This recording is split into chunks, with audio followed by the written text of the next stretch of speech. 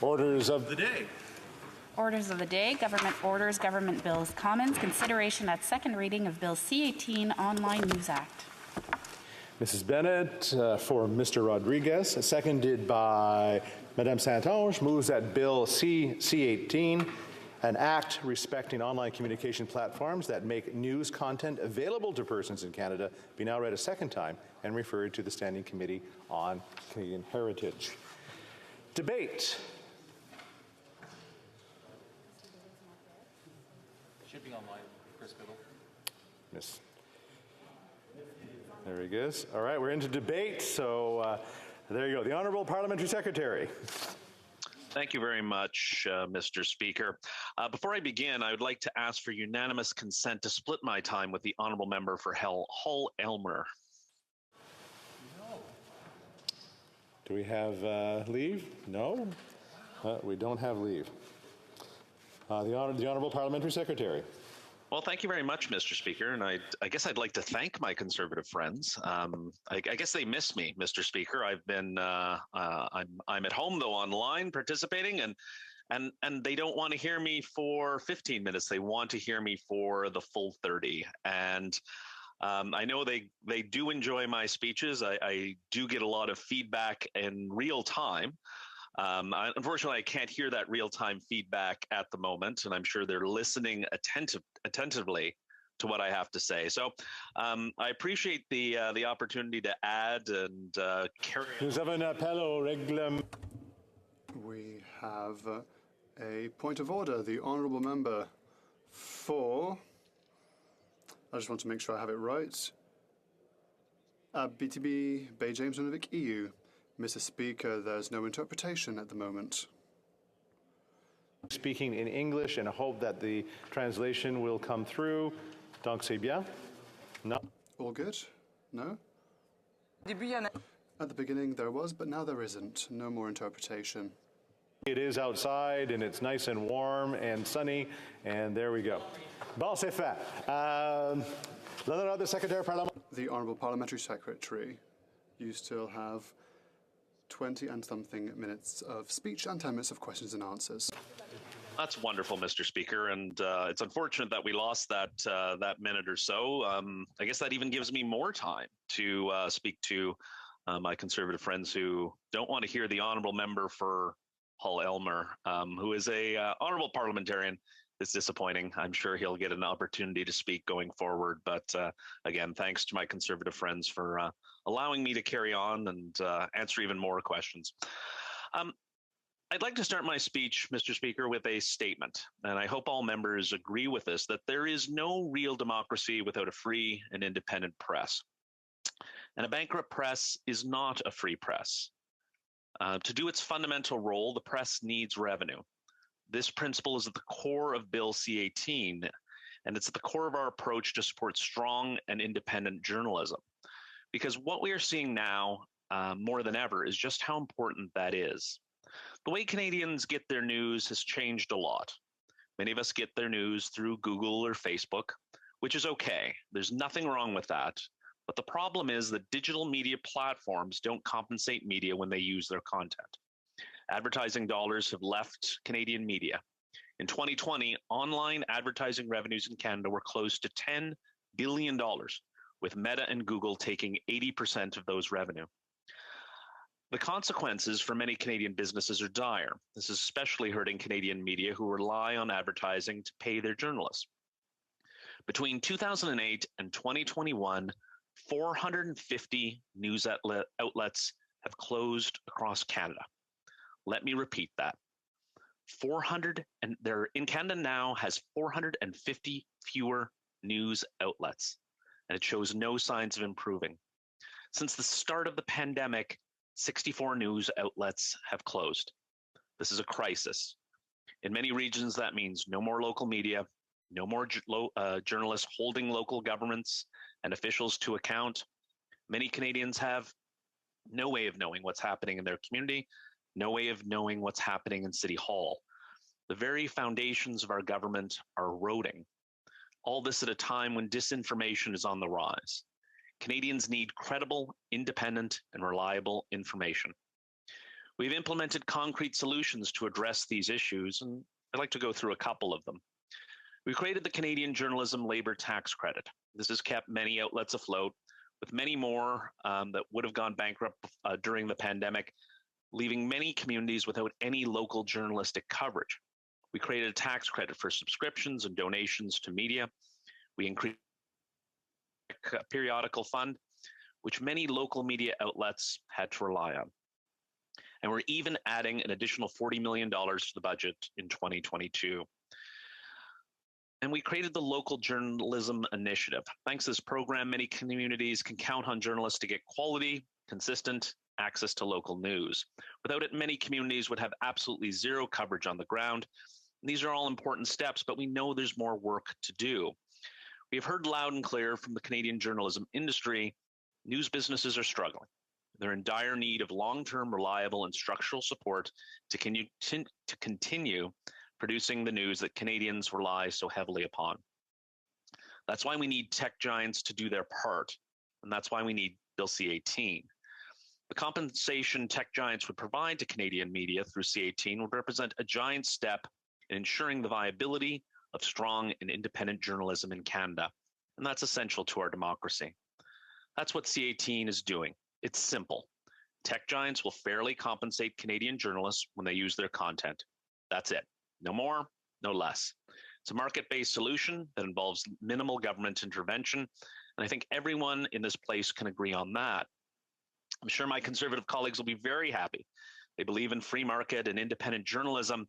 I really cannot think of anything in this bill that they wouldn't like. So, as I said, Bill C-18 is a market-based approach designed to revolve around the bargaining imbalance between large, dominant digital platforms and news businesses. It ensures that eligible news businesses are fairly compensated for their content by digital platforms through negotiated deals. The bill incentivizes parties to reach commercial agreements on their own. It's based on the Australian model, but we made it more transparent. Public and transparent criteria will determine which platform is included and has to negotiate with Canadian media, not a minister, not a government. Every step of the way, we will make sure that the government stays as far away from possible from this process. Digital platforms would be designated under the Act if they have a significant bargaining power imbalance compared to news businesses. They would then be required to negotiate with eligible news businesses over a fair compensation for the news content that appears on their services. Again, this is not the government that determines which outlet is eligible. There are criteria. They are written in black and white in the bill. It's as transparent as it gets. Now, I hope my colleagues are listening carefully, and I'm sure they are, Mr. Speaker, because they wanted me to go on for an additional 10 minutes, because the next part of this speech is important, because bill is important to smaller local media as well. Eligible media may collectively bargain if they wish. This allows smaller media outlets that don't have the resources needed to single-handedly negotiate with tech giants to still receive fair compensation for the use of their content.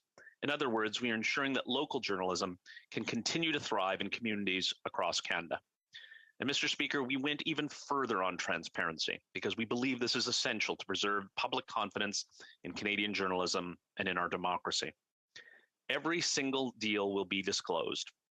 Canadians will know which news organizations have deals with each and every platform. Through this bill, we are making sure the commercial agreements between digital platforms and news businesses are in the public interest. For the deals to be acceptable, they need to satisfy 6 criteria. First, they provide fair compensation for the news content. 2, they ensure that the appropriate portion of the compensation will be used for the production of local, regional, and national news content. 3, they do not undermine freedom of expression and journalistic integrity. 4, they contribute to the sustainability of the news market. 5, they ensure a significant portion of independent local news businesses benefit from the deals. And 6, they involve a range of news outlets that reflect the diversity of the Canadian news marketplace. Again, you see the criteria are public, transparent, there's minimal government intervention. The bill even contains an exemption to this and contains a set of criteria that, if fulfilled, may exempt digital platforms from further negotiations. This is essential to encourage voluntary commercial agreements to even further minimize government involvement.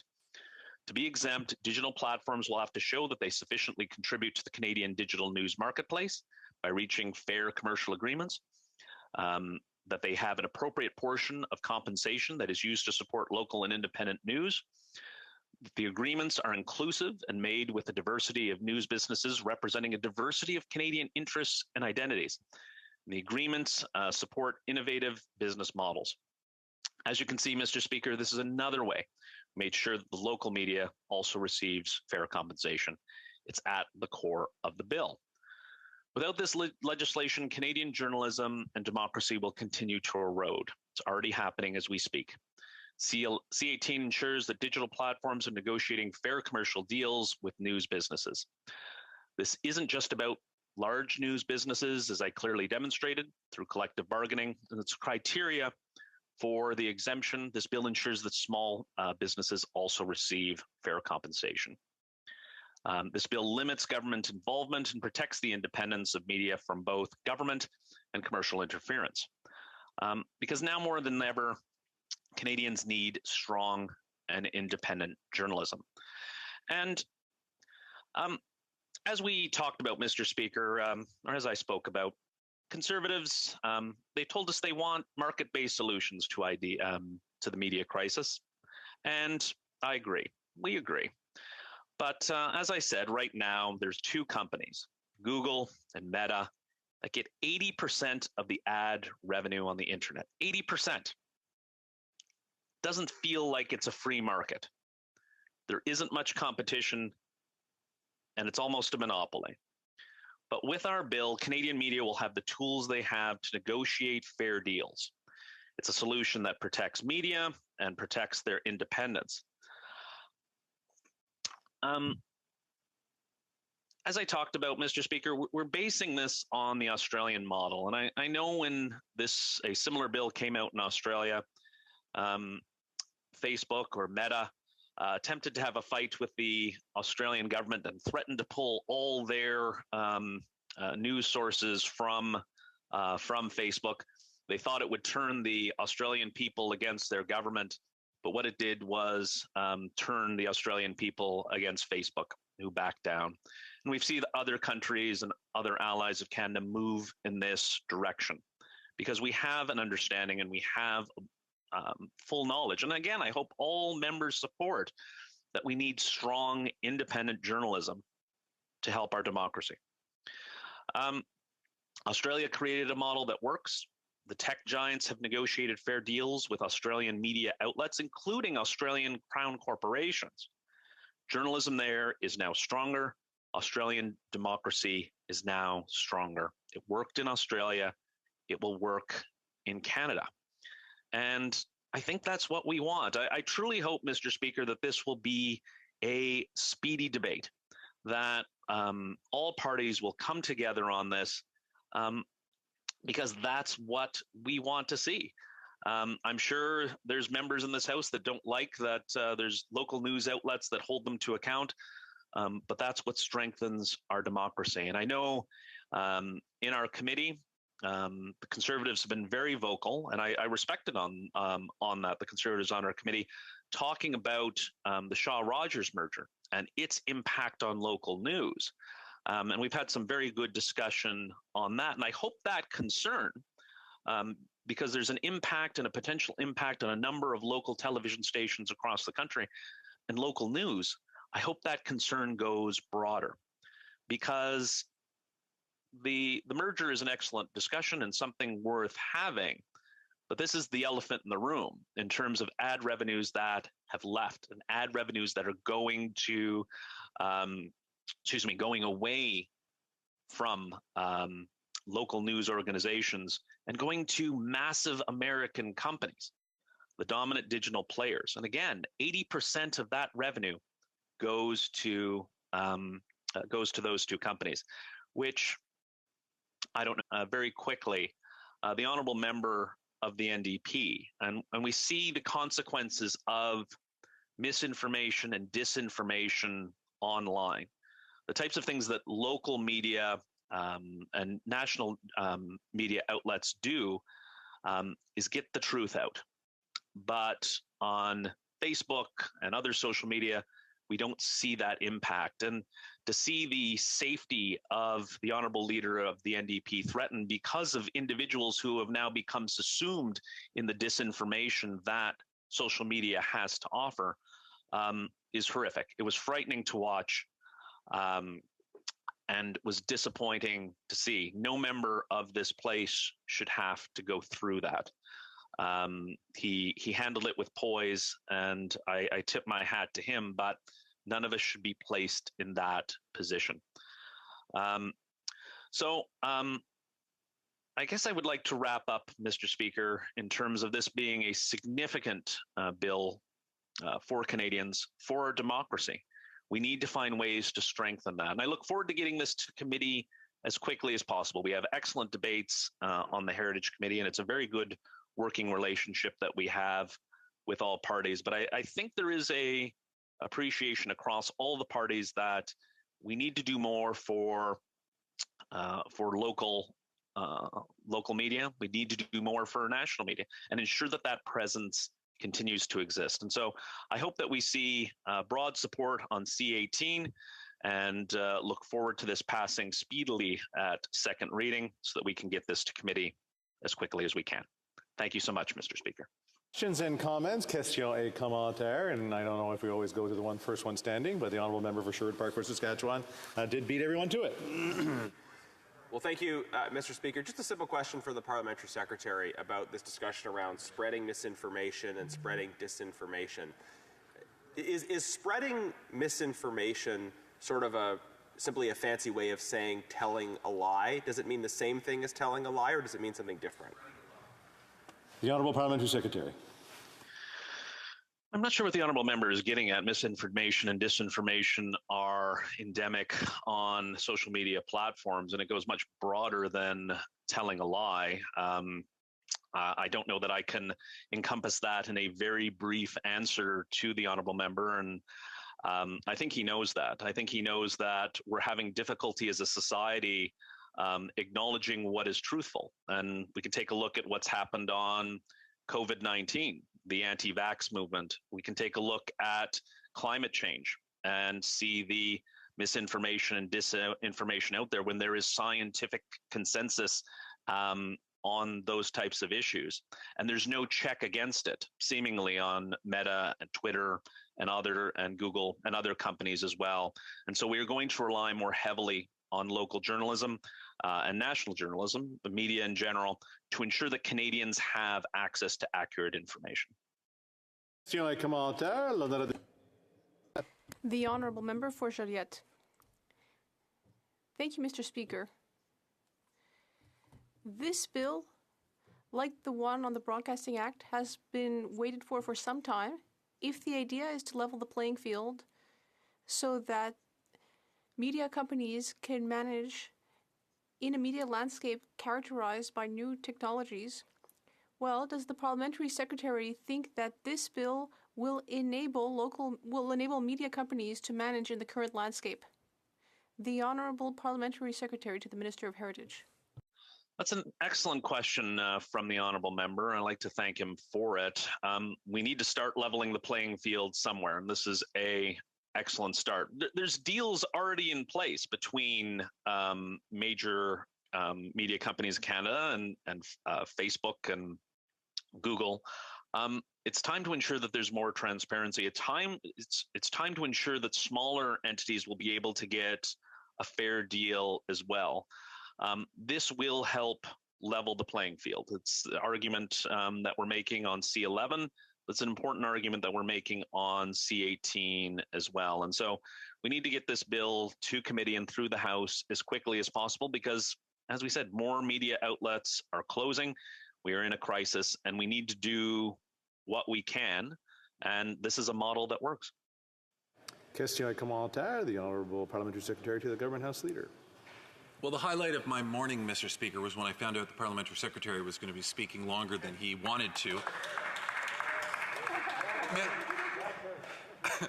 Mr. Speaker, I think of a news outlet in my riding. It's called the Kingstonist. It actually just came online probably within the last 10 to 12 years, and over the years has gradually built a larger and larger following, a larger base of following. And it primarily, the only way that they generate income right now is if you subscribe to their service, or if that you end up on their website where they can generate money from an ad revenue. But we know that the majority of the people that look at their news content are seeing it on Facebook or perhaps in Google, and they're at a huge disadvantage when it comes to the distribution of their material. I'm wondering if the Parliamentary Secretary can comment on how he thinks that this bill will help an organization such as the Kingstonist in my riding. The Honourable Parliamentary Secretary. Thank you very much, Mr. Speaker, and I'd like to thank the honourable member, as always, for his informative questions and his hard work on the file. It's important. News outlets, like the honourable member mentioned, are fundamental to our democratic institutions. Here in St. Catharines, on the few occasions that I have to attend local city council meetings, there may or may not be, or there may be one member from local media there, maybe two. But we need as many people as possible there holding elected officials to account. In Kingston, it's fundamentally important to do the same thing. And so organizations like the honourable member mentioned will benefit across the country to ensure that they have the ad revenue and that dominant digital players aren't siphoning off the vast majority of ad revenue, which they've been doing and which is the center of the crisis we find ourselves in. A commentaire, the Honourable Member for Nanaimo Ladysmith. Thank you, Mr. Speaker, and thank you to my colleague for his speech. In my riding of Nanaimo Ladysmith, we're seeing the impacts of many of the larger web giants using local news, much to the disadvantage of local news outlets. We're seeing news outlets in Nanaimo Ladysmith closing down, and many of the news outlets, such as Nanaimo News Bulletin, The Discourse, Nanaimo News Now, are struggling to keep up with these large web giants. They're set up for failure, and I'm wondering if the member could speak a little bit about why we have not done anything to support local media to date, and what needs to be done to ensure we are supporting these local, hardworking media sources. Thank you. The Honourable Parliamentary Secretary. Well, I'd like to thank the honourable member, but in my speech I listed many of the programs for which the government is helping out media, but there's only so much the government can do. We need to find a more market-based solution to this problem. And at the center of it is dominant digital players siphoning off the vast majority of the ad revenue. That's the big issue that we find ourselves in. And so this bill provides that. It provides a solution. It provides a solution with limited government intervention to allow independence and allow deals to take place. And in terms of smaller media outlets, which the honourable member mentions, they can bargain collectively with other media outlets to ensure they get a fair deal and ensure that they benefit from this bill, and to help level that playing field, ensure that they can continue to provide news in the honourable member's riding. Monsieur Commentaire, the Honourable Member for Saanich Gulf Islands. Thank you, Mr. Speaker. I was quite sure I was up ahead of the honourable member for Sherwood Park, Fort Saskatchewan, but I won't argue the point. Thank you. But it's virtual reality. Here we are.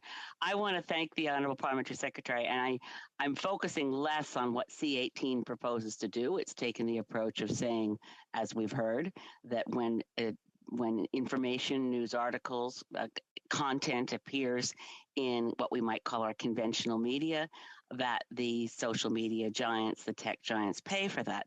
But it doesn't get to this new problem, and neither C-11 nor C-18 gets to what's now being called by our security experts IMVE, ideologically motivated violent extremism, which is spread through social media content. I commend to the Honourable Parliamentary Secretary and other members a recent opinion piece by the former Chief Justice of the Supreme Court of Canada, Beverly McLaughlin, and Taylor Owen, who's the director of the Centre for Media, Technology and Democracy at McGill University. We are not addressing the root problem here. We are not. It's a dangerous area. People want to back away from this nexus between free speech and protecting people from violent extremism.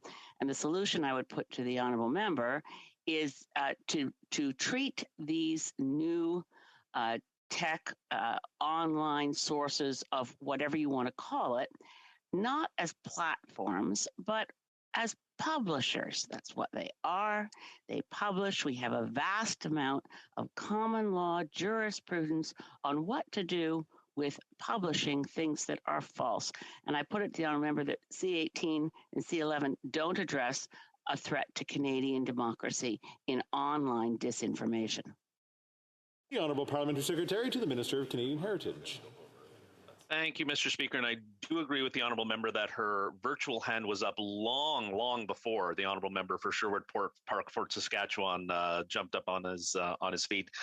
But the honourable member is also right in terms of where we find ourselves with social media, that it is not an unsafe place. I was threatened yesterday when I spoke about a shooting that happened in my riding. This is the type of thing that Canadians find themselves in, that it becomes a much less safe place than it ever has been. With the promise of the internet as it rose in the 1990s, it would be this wonderful place, but it is not a safe place. And it's even less so for women and persons of color.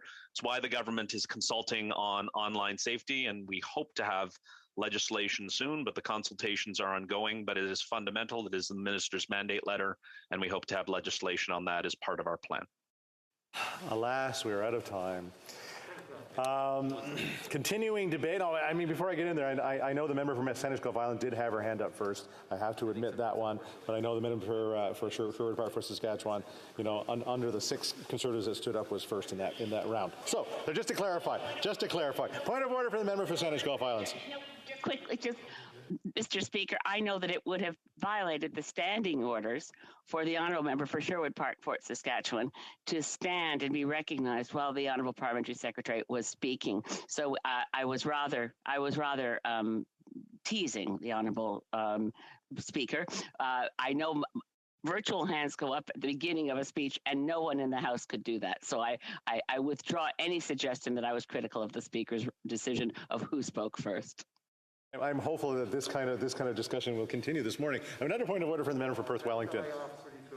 Thank you, Mr. Speaker. And I thank the member for Sandwich Gulf Islands for clarifying her point, because I do now worry that the member from Sherwood Park, Fort Saskatchewan, is now just going to stand in his place for the entirety of today's debate. And I just worry that his legs are going to get sore for standing that long. Thank you, Mr. Speaker.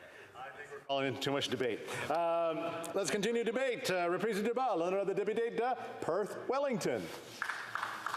Thank you, Mr. Speaker, and it certainly is an honor to rise in the House today to debate Bill C-18, the Online News Act. Now, I didn't get a chance to ask the member or the Parliamentary Secretary for Canadian Heritage a question, but if I did have that opportunity, he spoke a lot in his speech about the online tech giants, the Facebooks and the Googles of the world, gobbling up advertising revenue and leaving the small local newspapers without that same access to revenue. So if I had had a chance to ask the member, the Parliamentary Secretary, a question, I would have asked him what he thought of the member from St. Catharines spending $13,000 on Facebook advertising rather than investing that in his local newspaper, the St. Catharines Standard. So unfortunately, I didn't have that chance to ask the member, the Parliamentary Secretary, that question, but perhaps he can come back to the House at some point and clarify why he felt the need to spend $13,000 on a tech giant rather than on his local community newspaper. Now, Mr. Speaker, I want to begin by stating that there is a clear sense that Canada's news environment has changed dramatically, and it's changed significantly, especially in the last 10 and 20 years. The internet has changed how we do business. It has brought many changes to all aspects of our lives, our communities, and how businesses operate. And these changes, as they've happened, as these disruptions have happened in the digital marketplace, they've had a very specific impact on the media industry, and in particular, the traditional print media industry. As many Canadians know, the cumulative advertising dollars that are spent in Canada are now more and more being spent on online means. As these dollars move online, a smaller and smaller number of dollars are being spent on traditional advertising, on print advertising, that for years, for decades, has been used to sustain the news industry. Newsrooms in 2022 are far smaller today than they were even a decade ago. Contrast that even further back to 20 and 30 years ago, when many of these newsrooms that now are operating with 1 or 2 journalists at one point operated with a dozen. Now, Mr. Speaker, I know you have a background in the media industry and will be able to reflect on these changes that have happened over these number of years. Still, other newsrooms have closed entirely. And when these newsrooms close, they leave in their wake deserts, news deserts, in which parts of a community, or in some cases, entire communities, are left without access to reliable local news sources.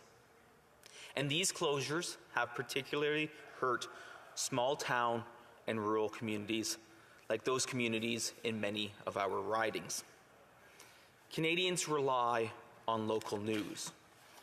They rely on local news to inform their lives and help inform their decision-making at the local, regional, and national levels. Whether it be the members of the Parliamentary Press Gallery, the press galleries of the provincial legislatures, or countless individual journalists who cover the goings-on at city halls and town halls in communities across our country, all of these journalists have a role to play in Canada's democratic life. In fact, Mr. Speaker, a free and independent press is essential to a functioning democracy. I draw the House's attention to one of the famous comments on a free and independent press from George Mason, one of the American founding fathers. He said, quote, "The freedom of the press is one of the greatest bulwarks of liberty and can never be restrained by despotic governments," end quote. Mr. Speaker, that quotation is as true then as it is now. The freedom and the ability for the press to fairly, impartially, and honestly report the news to the citizens of this country is absolutely essential. Mr. Speaker, that local news is struggling is not in doubt.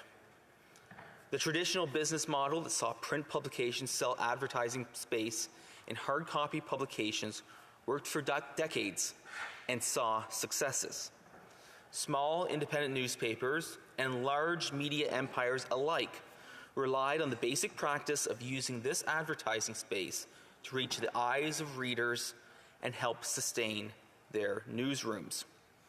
Now, in 2022, while the advertising model has diminished, what has not diminished is the continued need for impartial, honest, and trustworthy sources of news.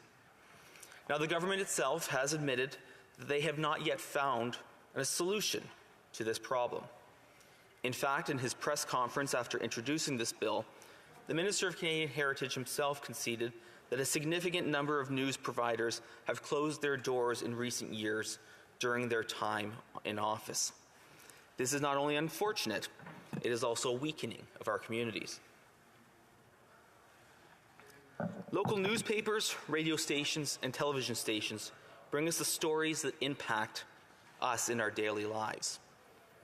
At the local level, they report the stories of a community.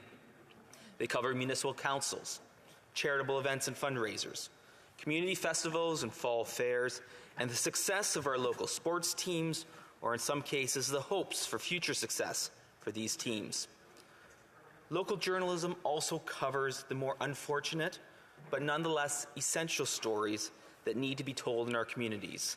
Stories of crime, fires, floods, and violence.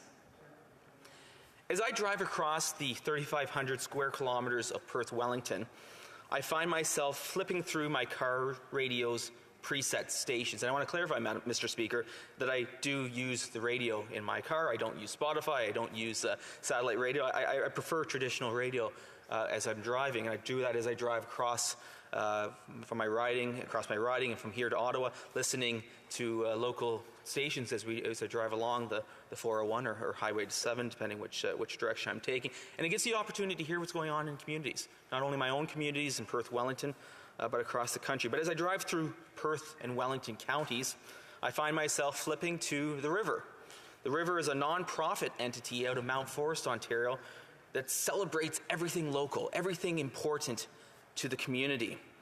I often switch to a number of the Blackburn radio stations that are present throughout southwestern Ontario and the important services and the news they provide. In fact, one of the Blackburn stations is AM 920 out of Wingham, and I fondly remember as a child listening to AM 920 and being shushed by my mother every time the in memoriams came on, because, you know, certainly you don't want to miss those, and to this day that is still part of the station.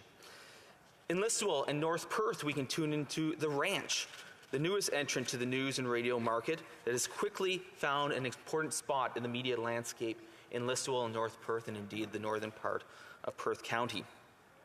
And of course in Stratford, we can tune in to Today FM or Juice FM and hear Jamie Cottle in the morning, and before him the local legend Eddie Matthews. And Mr. Speaker, I would like to highlight the fact that the radio predecessor to Today FM and Juice FM was AM 1240 CJCS. And Mr. Speaker, it was in 1945 that the CJCS commentators were providing coverage of the Perth Regiment's return from World War II. That coverage on AM 1240 CJCS inspired a young 12-year-old boy from Stratford to begin a lifelong career in broadcasting. That young boy began working at CJCS as a high school student. And while he got his start in radio, generations of Canadians know him for his television career as Canada's most trusted news anchor. But Stratford and Perth County will always lay claim to the fact that Lloyd Robertson got his start in our little community on the radio. In Perth County, we also have a number of tremendous local newspapers. In Wellington County, we are lucky to have the Wellington Advertiser, which has proudly served the people of Wellington County for more than half a century. They have been recognized for their work on multiple occasions, including being named the top community newspaper in Ontario in its class by the Ontario Community Newspapers Association. When I attended the 50th anniversary celebration for the Wellington Advertiser, I was struck by a story told by Dave Adset, publisher of the Advertiser. He recounted how his father, Bill Adset, the founder of the Wellington Advertiser, had once had the option to save money by removing delivery to a small portion of Wellington County. But he refused to do so out of principle to ensure that every citizen in Wellington County had access to the news and information contained in the Wellington Advertiser. When Bill Adset passed away on October 5th, 2021, he was rightly remembered and honored for his lifetime of contributions to the County of Wellington. And in my hometown of Mitchell, I've been a reader of the Mitchell Advocate since literally I was able to read, and I say that completely honestly. And throughout all those years that I've been reading the newspaper, Andy Bader has been working hard to bring the news and our local stories to us each and every week. Similarly, I have wonderful memories of reading the Stratford Beacon Herald and watching as photographers like Scott Wishart chronicled the life of the community through his photos, or Steve Rice recording the rise and fall of any number of local sports teams. Unfortunately, Mr. Speaker, as I mentioned, many local news providers have closed in the past number of years, hurting communities across Canada, including those in Perth, Wellington. The Mount Forest Confederate, a paper that was first published in the year of Canada's Confederation in 1867, closed. The Arthur Enterprise News, founded before Confederation in 1862, closed. The Minto Express in 2019 was closed. Also in Perth County, many of my constituents were shocked in 2017 when the major media giants shut down abruptly both the St. Mary's Journal-Argus and the Stratford Gazette. The closure of the St. Mary Journal-Argus was especially difficult because after 154 years as a newspaper serving the community, they were unexpectedly shut down in one single day without even the opportunity to deliver a final edition to the town's faithful readers.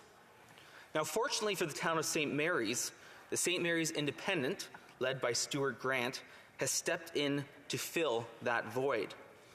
And I might add that he does so as a true public service to the community of St. Mary's, Perth South, and beyond. While these examples are certainly local to my riding, the challenges are certainly national in scope. And today's debate is not the first time the issue of struggling local news providers has been raised.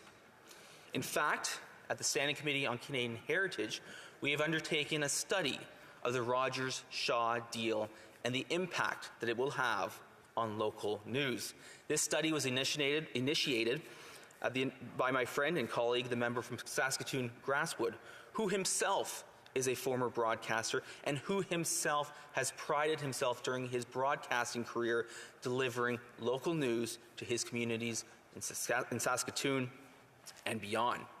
Now, Mr. Speaker, I, like many Canadians, was disappointed to see the CRTC make a ruling to approve the sale based on certain conditions. Now, obviously, recent events involving the Competition Bureau may alter the future of this deal. But what I found interesting and frankly disappointed about the Rogers-Shaw decision by the CRTC was their use of wishy-washy, non-committal language. In their report, in their decision, they use words like encouragement, expectations, and reminders, rather than the CRTC actually taking a real stand. Now, setting aside for a moment the CRTC's decision on Rogers-Shaw, there's no question the decisions that are made by the CRTC and other entities will have an impact on local news. And it can be questioned as whether the CRTC has the capacity or the competency to actually make decisions that will improve the media landscape in Canada. And that brings me to some of the concerns that we have with the bill at hand. Now, in the last election, there was a general consensus between the different political platforms that something should be done to help local news and journalism survive. Now, in our Conservative platform, under our former leader, the member for Durham, we committed the following. Canada's Conservatives will introduce a digital media royalty framework to ensure that Canadian media outlets are fairly compensated for the sharing of their content by platforms like Google and Facebook. It will adopt a made-in-Canada approach that incorporates the best practices of jurisdictions like Australia and France, include a robust arbitration process and the creation of an intellectual property right for article extracts shared on a social media platform, ensure that smaller media outlets are included, and the government won't be able to pick and choose who has access to the royalty framework. So, Mr. Speaker, that is what we committed to in the last election campaign. Now, it may surprise you, Mr. Speaker, but we did not win that election. We came close, certainly, and we did win the popular vote, but we did not form government. To the great disappointment of my friends on the other side of the House. So while we didn't get to draft this legislation, it is our duty as Her Majesty's loyal opposition to review the legislation introduced by the Liberal government and provide the comments that our citizens, our constituents, require of us. Let me say very clearly that Canada's Conservatives believe that news providers should be fairly compensated for the use of their content.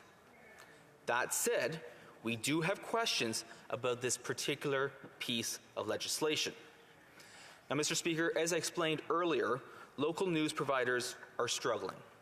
This begs the obvious question as to whether C-18 will help the newspapers and radios radio stations in communities like Perth Wellington, Sarnia Lambton, Elgin Middlesex London, and other rural communities and small town communities across our country. Unfortunately, that is unclear. A recent report from the Toronto Star, itself a long and distinguished media provider in this country, indicated that the Australian model on which this legislation is based may be leaving out small and medium-sized businesses. The article states, quote, "But while major publishers and networks in Australia had struck deals with Facebook and Google, some smaller, independent outlets were finding themselves shut out from making deals of their own." End quote. The article goes on to quote Aaron Miller, the CEO of IndieGraph, who states, quote, "If we're going to have this bill, how are we to design it in such a way that it doesn't lead to the same outcomes as Australia, which is, from my perspective, really not supporting journalism?" And there are other questions that remain unanswered with this bill as well, such as why the CRTC was selected as a regulatory body to enforce and oversee the Act, when the CRTC does not have a history or experience in regulating online platforms. Let's not forget that the CRTC is the same entity whose chair met privately for beers with one of the largest industries that they regulate. But beyond the chair's clear lack of judgment, let's remember the CRTC has still not implemented a 3-digit suicide prevention hotline more than 500 days after this House unanimously passed a motion calling for such a resource. And it's been more than 16 months since the CRTC held hearings about the license renewal for the CBC licenses. If the CRTC cannot make a decision within 16 months on what I would assume to be a fairly routine renewal, how in the world can they have the capacity and competency to do anything that would be new that is asked of them? We also have no indication on how much revenue will be generated when this bill is enforced. Budget 2022 earmarks $8.5 million for the bureaucracy necessary to administer C-18. So it is logical to ask whether the revenues generated through this bill will be greater than or less than the costs to administer it. Mr. Speaker, I know I've got about a minute left, give or take. We have a number of other questions, including how the Code of Conduct will be developed and whether it will be tabled before Parliament. We have questions about what undue preference will be considered as within the bill. Will non-Canadian news providers be able to benefit from the Canadian system? Why has the government not tabled a charter statement on this bill? Why was a public broadcaster included when they already receive other entities? Now, Mr. Speaker, while I'm on the feet, we have these questions, and as such, I think an important committee study ought to be had. So I move, seconded by the member for Elgin, Middlesex, London, that the motion be amended by deleting all the words after the word "that" and substituting the following. Bill C-18, an act respecting online communications platforms that make news content available to persons in Canada, be not now read a second time, but the order be discharged, the bill withdrawn, and the subject matter thereof referred to the Standing Committee on Canadian Heritage. Thank you, Mr. Speaker.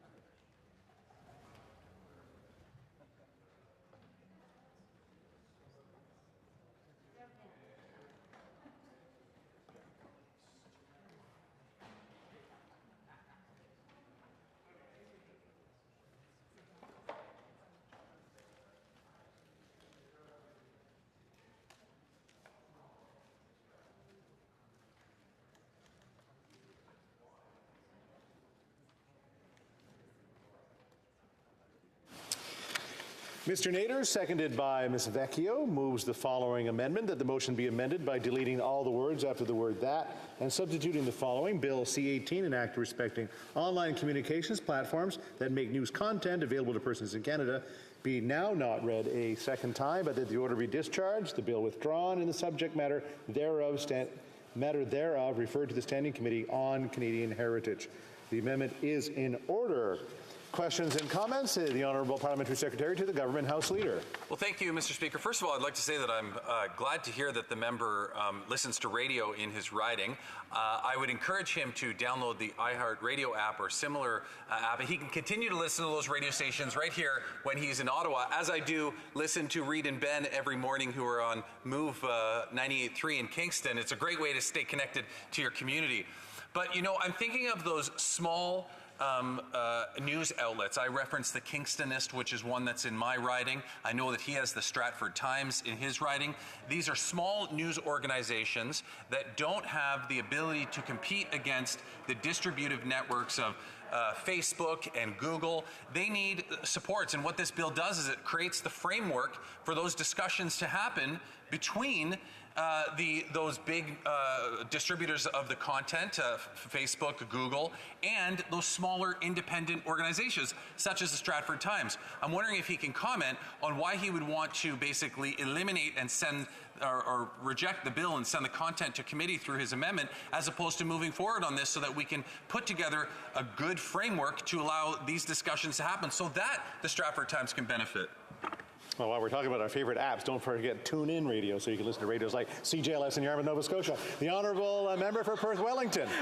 Thank you, Mr. Speaker, and I thank the member opposite. And I do have the app on my phone, and I do stay in touch with my local stations when I'm here in Ottawa. And I will say that when I did spend time in Kingston, I served a year there in university, not in another institution that's in that great town, but I did read the Kingston Whig Standard when it was there. But the question he asked about why we would send this bill to committee and have the subject matter reviewed by the committee. Well, it's exactly for the question he asked, so we can hear from the small community newspapers, the ones that what we're hearing from now in Australia aren't being able to access the benefits of the Australian model, which is being sent here. You know, there has been mentioned that in the bill that the rules of the Competition Act would be set aside to allow for collective bargaining, but we have no clarification on how that works. So we want to have this go to committee. We want to see the subject matter go to committee quickly so that we can have those discussions with local newspapers, whether they're from Kingston or Perth Wellington or Chatham Kent Leamington, Mr. Speaker. We want to hear those voices, and I think those voices must be heard. Thank you, Mr. Speaker. Questions et commentaires, questions and comments. L'honorable député c'est la deuxième fois aujourd'hui que je la... Second time today that I've missed it. Abitibi, Bay James, Nunavik, EU. Monsieur le Président. Thank you, Mr. Speaker. Le C18, là, il permet... I have to say that for us, C18 says in black and white the rules that different actors in the media scene need to obey in order to ensure quality for all. We know full well that financial assistance is required immediately from the government for certain media outlets. I would like my honourable colleague to tell me what he thinks and why he may disagree with this. The honourable member for Perth Wellington. Thank you very much, Mr. Speaker, and I'd like to thank the honourable member for Abitibi, Bay James, Nunavik, EU, for her question. We know full well that newspapers, social media networks, or other networks have problems. They're not able to gain sufficient advertising revenues. They're losing in the face of Meta, Facebook, Google, other web giants. And that's a concern for every Canadian that is seeing the value of local journalism for all Canadians. We must have the capacity to protect the stories of our country. The government must act. In my opinion, it is a good idea to be sure that the content of this bill is subject to scrutiny by the Standing Committee on Canadian Heritage. Commentaire, questions and comments. The Honourable Member for Vancouver East. Thank you very much, Mr. Speaker. I was listening to the speech from the member, and it was perplexing to me to hear him suggest that the matter should actually be, the bill should be withdrawn and for the committee, the Heritage Committee, to study the matter. In fact, if this bill is passed second reading, it would be referred to committee, and we would be able to call up witnesses and to ask questions pertaining to the bill. So it is perplexing to me why he would actually want to effectively kill the bill with his amendment. The NDP supports the notion that, and has been calling for the government to equalize the web giants with especially small local media outlets. And this bill is a good start. And so why would the member want to kill the bill if he really truly want to have a discussion about it and have witnesses present to this issue? The honourable member for Perth Wellington. Well, I guess, Mr. Speaker, first of all, I thank the member from Vancouver East for her question. I think the preference of our side would have been that we would have been able to draft our own piece of legislation had we been in government, but that wasn't the case. So the next best scenario is this type of amendment. As the member will know or ought to know, she's been in the House for a long time, there are very few amendments that are acceptable at second reading debate. This particular amendment is one of the few that is permissible, and that's the one we've entertained using. This would provide the subject matter to go to the Standing Committee on Canadian Heritage and make suggestions and make a report back to the House of Commons. The Government of Canada can then use that advice, use those suggestions that all parties can contribute to, and listen to witnesses of which we have a massive list being developed who want to have an input on this bill, both positive, negative, and with clear ideas for suggestions to improve or change or rewrite entirely this bill. Thank you, Mr. Speaker. Questions and comments? Question and commentaire. The honourable member for Sarnia-Lambton. Thank you, Mr. Speaker, and I'd like to thank the honourable member for a great speech and for the amendment that he brought, because, you know, I did have concerns about C-18, especially when we heard the parliamentary secretary talk about how, you know, there wouldn't be any discrimination. Well, in every other media policy that this government has brought, there has been discrimination along the political spectrum, and as the member correctly pointed out, small and medium-sized news outlets. And so I'd like to hear his comments on that. Okay, you're good? Yep. The honourable member for Perth Wellington. Well, thank you, Mr. Speaker, and I thank the member from Sarnia-Lambton for her question. And, you know, and I want to go on a bit of a different point that she raised, you know, kind of where the government puts its priorities and where other members put their priorities. We just heard the member from Vancouver East railing their support of this bill, but the member for Vancouver East herself spent $17,000 on Facebook ads. So the member from Vancouver East is talking about, you know, needing a level playing field between major web giants and local newspapers, but that member herself spent $17,000. So Madam Speaker, or Mr. Speaker, as parliamentarians, we need to look ourselves in the eye and decide what we want to do to promote whether government advertising should be focused on traditional local media rather than major web giants. Give me the list. There we go. Statements by members. Déclaration de député. The honourable member for Kingston and the Islands. Thank you, Mr. Speaker. I rise today to recognize Jamshed Hassan, better known as Jimmy, an individual from my riding of Kingston and the Islands. Jimmy is a local restaurateur who routinely goes above and beyond when it comes to giving back to our community by continually giving to those in need. Last year, he worked on Project Red Nose, which partnershipped with local organizations such as Martha's Table and Lunch by George to host dinners for hundreds of people on celebratory days like Thanksgiving. He also launched a new program, Santa Slice, which worked with St. Vincent de Paul and several women's shelters and youth shelters to provide pizza supplied by his Pizza franchise to over 700 people experiencing homelessness around Christmas time. In the middle of the winter, Jimmy ran a blanket drive to distribute blankets to people across the city struggling to stay warm. Jimmy, thank you for always looking out for the most vulnerable in our community and continually working for ways to improve the social fabric of Kingston and the Islands. Bravo, Jimmy. The honourable member for Elgin, Middlesex, London. Thank you, Mr. Speaker. 1 in 10 women in the world are diagnosed with endometriosis. In Canada, approximately 7% of women are affected by this disease. Endometriosis, a chronic inflammatory disease, tends to go unnoticed in most women. In Canada, individuals with endometriosis often experience a diagnosis delay of more than 5 years. This is 5 years of physical, emotional, and mental pain that negatively affects the day-to-day lives of many women living in Canada. This is unacceptable, Mr. Speaker. Women have suffered long enough. We must commit to providing the necessary resources and funds that will support research and advancement in the field. The Government of Canada recently announced more than $3.5 million in funding for reproductive health information. Mr. Speaker, endometriosis continues to be widely underfunded. We need the resources to support research and ensure women do not have to wait 5 years for a diagnosis. The government must see this as a priority and commit the necessary funds. Supporting endometriosis research is important for our sisters, our daughters, our mothers, and our friends. Thank you, Mr. Speaker. The honourable member for Ottawa West Nepean. Mr. Speaker, Sunday, May 1st marked First Responders Day, a day where we reflect on the selfless contributions of countless women and men in the fulfillment of their duties. Today, I would like to draw the attention of the House to the often unsung heroes of Ottawa, the members of the Ottawa Fire Service, whose unrelenting work keeps us safe every day. In particular, I congratulate my constituent, John Sobey, a decorated fire captain who just retired after 42 years of service, 32 with the Ottawa and Gloucester Fire Service and 10 years in the Canadian Armed Forces. John also served as a union leader and advocated for the recognition of fallen firefighters. John Sobey truly epitomizes what we mean when we call first responders heroes. With that, I ask the members of this House to join me in commending all first responders across the nation. Thank you, Mr. Speaker.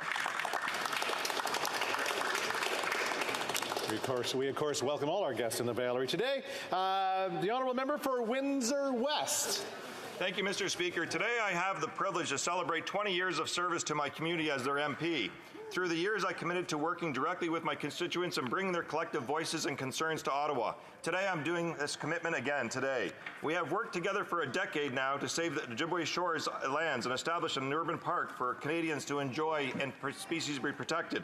This is a project that has endangered species, wildlife habitats, and as well will fight climate change that is right in the doorstep in the front of Windsor, Ontario.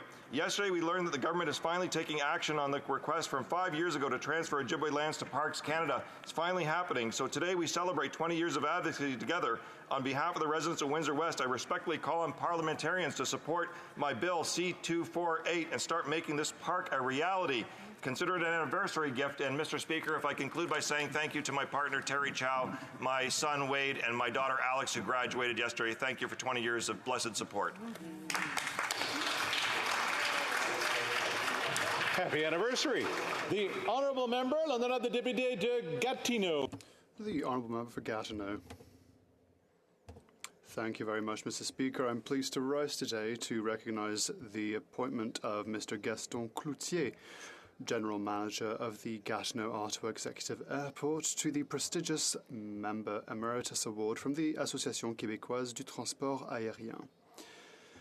With his rich experience in the aviation industry, Mr. Cloutier has positioned our airport to become an attractive site that serves as an economic lever for Gatineau.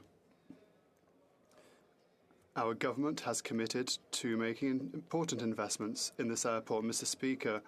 It is with a sense of accomplishment that Mr. Cloutier will be retiring on the 1st of October after 10 years at the helm of the Gatineau-Ottawa Executive Airport and a distinguished career in the Canadian Armed Forces. Mr. Cloutier, thank you for your valuable contribution to the development of our beautiful region, and I wish you all the best.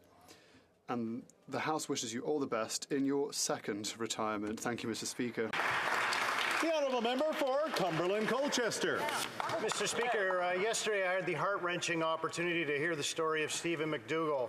Stephen was a 45-year-old man who was a proud father, a significant contributor to his community, and a tremendous athlete. He was also a twin brother, a son, an uncle, and a husband. Sadly, almost a year ago, Stephen McDougall died after receiving a vaccine for COVID-19. As a parliamentarian, a physician who worked on a COVID-19 unit, and a Canadian, we have a responsibility to understand the adverse events related to this new group of vaccinations. We need to understand the data as it pertains to Canada, the world, and short and long-term safety. Since over 11.5 billion doses have been given worldwide and the data has been collected, now is the time for all of us in this House to act. The data needs to be properly analyzed so we can present this scientific information to Canadians to enable them to make informed choices and to give informed consent going forward. Thank you, Mr. Speaker. The honourable member for Halifax West. Monsieur le Président, merci. Mr. Speaker, thank you. Inaugural Standing Committee on Science and Research that just concluded its first ever study on science in Canada.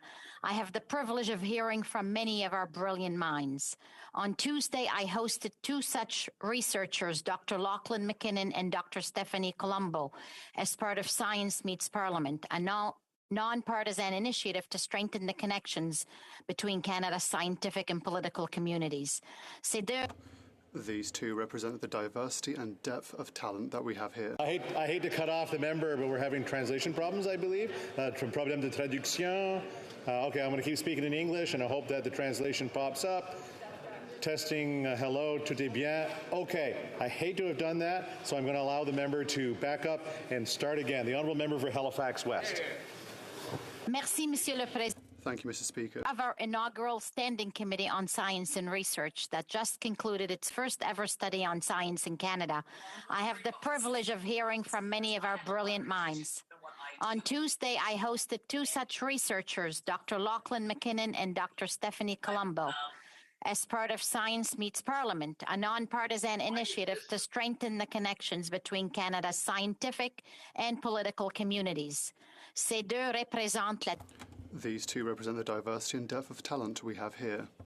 Both are Tier 2 Canada research chairs, Stephanie in aquaculture nutrition at Dalhousie and Lachlan in post-industrial communities at Cape Breton University. Je veux remercier le... I would like to thank the Canadian Science Policy Centre and the Chief Science Advisor for bringing scientists and parliamentarians together and fostering mutual understanding between them. The honourable member for Willowdale. Mr. Speaker, 2 months after Putin's full-scale invasion of Ukraine, estimates suggest over 2,100 Russian missiles have rained down on Ukraine, displacing 12 million, damaging over 200 healthcare facilities, and destroying 200 heritage sites throughout the country. While visiting Irpin, Bucha, and Borodyanka last week, I witnessed firsthand the mass atrocities and unspeakable crimes Russia has visited upon Ukraine. Despite such unconscionable brutality, every Ukrainian I encountered represented an awe-inspiring profile in courage and fortitude. That's why our Prime Minister, Deputy Prime Minister, and Foreign Affairs Minister's surprise visit to Kyiv was crucial, a testament to our country's unwavering commitment to support Ukraine and hold Putin to account. Proud Ukrainians will never relent, and neither should we in our assistance. Thank you, Mr. Speaker. The honourable member for Calgary-Midnapore. Mr. Speaker, I rise today to acknowledge one of the many amazing constituents of Calgary-Midnapore. Lorna Ham recently received a national award from the Canadian Real Estate Association to recognize her more than 50 years of volunteer work. In 1986, she helped establish the first Children's Cottage Society's crisis nursery in Canada, which has provided refuge to over 40,000 Calgary children, ensuring their safety when a family is in crisis. She also raised an incredible $500,000 in just 2 years to fund life-saving treatment at Alberta's Children's Hospital. Last year, she led a grassroots initiative to provide over 600 ICU workers with thank you packages for their work on the pandemic front lines. It is an honor to congratulate and sincerely thank Lorna Ham for all she has done to change the lives of so many Calgary children and members of our community. Hear, hear. The honourable member for Oakville North Burlington. Thank you, Mr. Speaker. My dad developed age-related macular degeneration, and I saw what a life-changing development that was. Age-related macular degeneration, or AMD, is an incurable disease that affects close to 2.5 million Canadians over the age of 50. It causes damage to the central part of the retina responsible for your central vision, robbing Canadian seniors of their expected quality of life. However, there is hope that a new non-invasive treatment currently awaiting Health Canada approval can positively impact the millions of Canadians who live with AMD and could result in Canada playing an important role in managing the disease globally.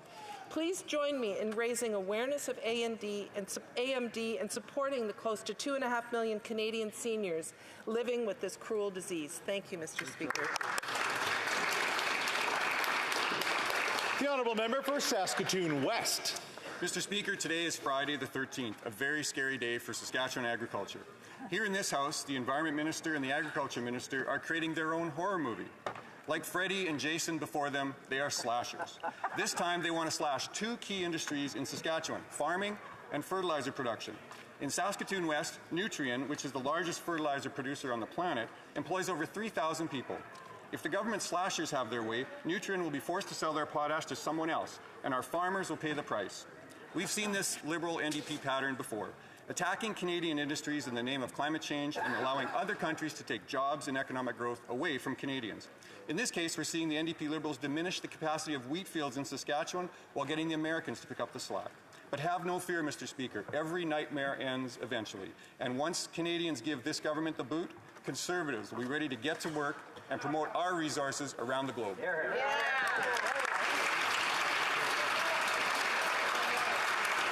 The Honourable Member for Perth Wellington. Mr. Speaker, there are those in our country who measure their days in acres rather than hours. With the spring planting season upon us, farmers in Perth Wellington and across Canada are on the land growing the food that will quite literally feed our country. Agriculture is always an unpredictable business, with so many variables that all impact a farmer's bottom line and their hopes to be in the black when the last field is harvested in the fall. But while farmers are prepared for these uncertainties that come with the business, what they are not prepared for are the uncertainties placed on them by the government. For over 10 weeks now, the Minister of Agriculture has refused to clarify whether fertilizer orders placed prior to March 2nd would be subject to the 35% tariff. Since these orders were placed prior to sanctions being in place, the tariffs only impact Canadian farmers and agribusinesses and have zero impact on Vladimir Putin and his thugs. Mr. Speaker, I implore the Minister of Agriculture to finally stand up for Canadian farmers and farm families.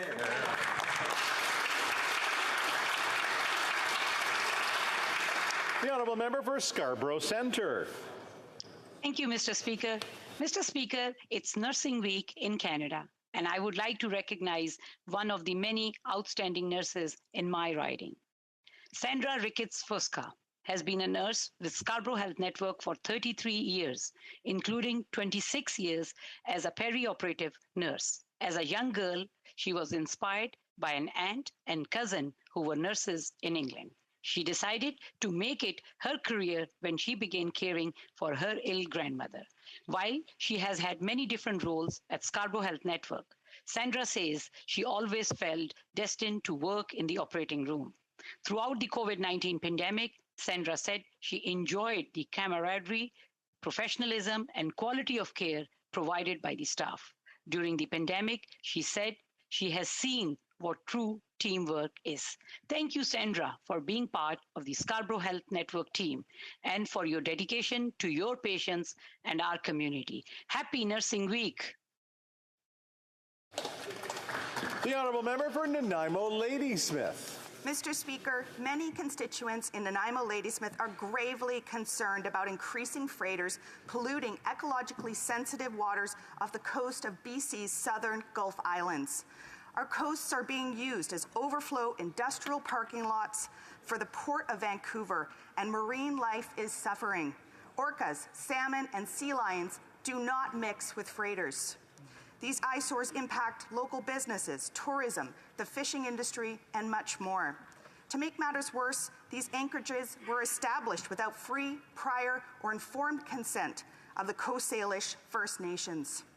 Constituents and grassroots organizations such as Gabrielans Against Freighter Anchorages have brought concerns to this Liberal government, but the response has been dismal. The NDP has been pushing for real solutions for over a decade. Enough is enough. Liberals must put words into action and prohibit freighters from anchoring in these waters. Hear, hear. The Honourable Member for Berthier-Mesquinongé. Mr. Speaker, for some time now we have been witnessing far too frequently disgraceful incidents of intimidation of both elected representatives and journalists. Allusions, disagreements, rising tones, and sometimes inappropriate innuendo are part of the political game, and there can be misbehavior, which is normal. As many issues arouse many passions, but threats and intimidation have no place in democratic debate. Journalists being humiliated and defamed on social networks is unacceptable.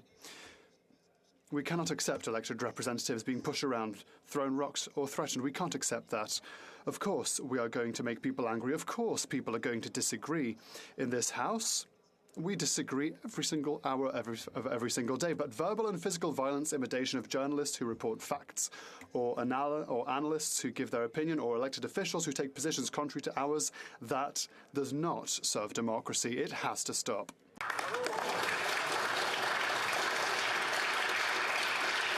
The Honourable Member for New Brunswick Southwest. Mr. Speaker, Campobello is the unique Canadian island in my riding without direct access to mainland New Brunswick.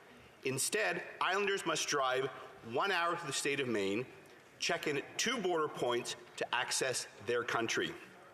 A ferry is needed to end Campobello's second-class status, so its residents have a domestic route to other parts of Canada just like every other Canadian citizen.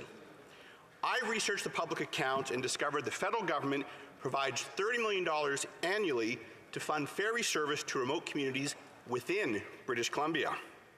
For the past 2 years, Ottawa rightly labeled Campobello a remote community. It is past time the federal government's ferry support program is extended to New Brunswick, so travel mobility rights on Campobello are recognized and supported by the Government of Canada. It's a matter of fairness, Mr. Speaker. Thank you. Exactly. The Honourable Member for Mississauga Lakeshore.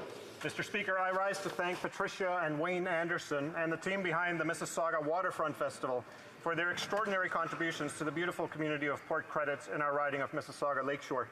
For over 25 years, the Mississauga Waterfront Festival has been one of the city's largest and most popular outdoor festivals.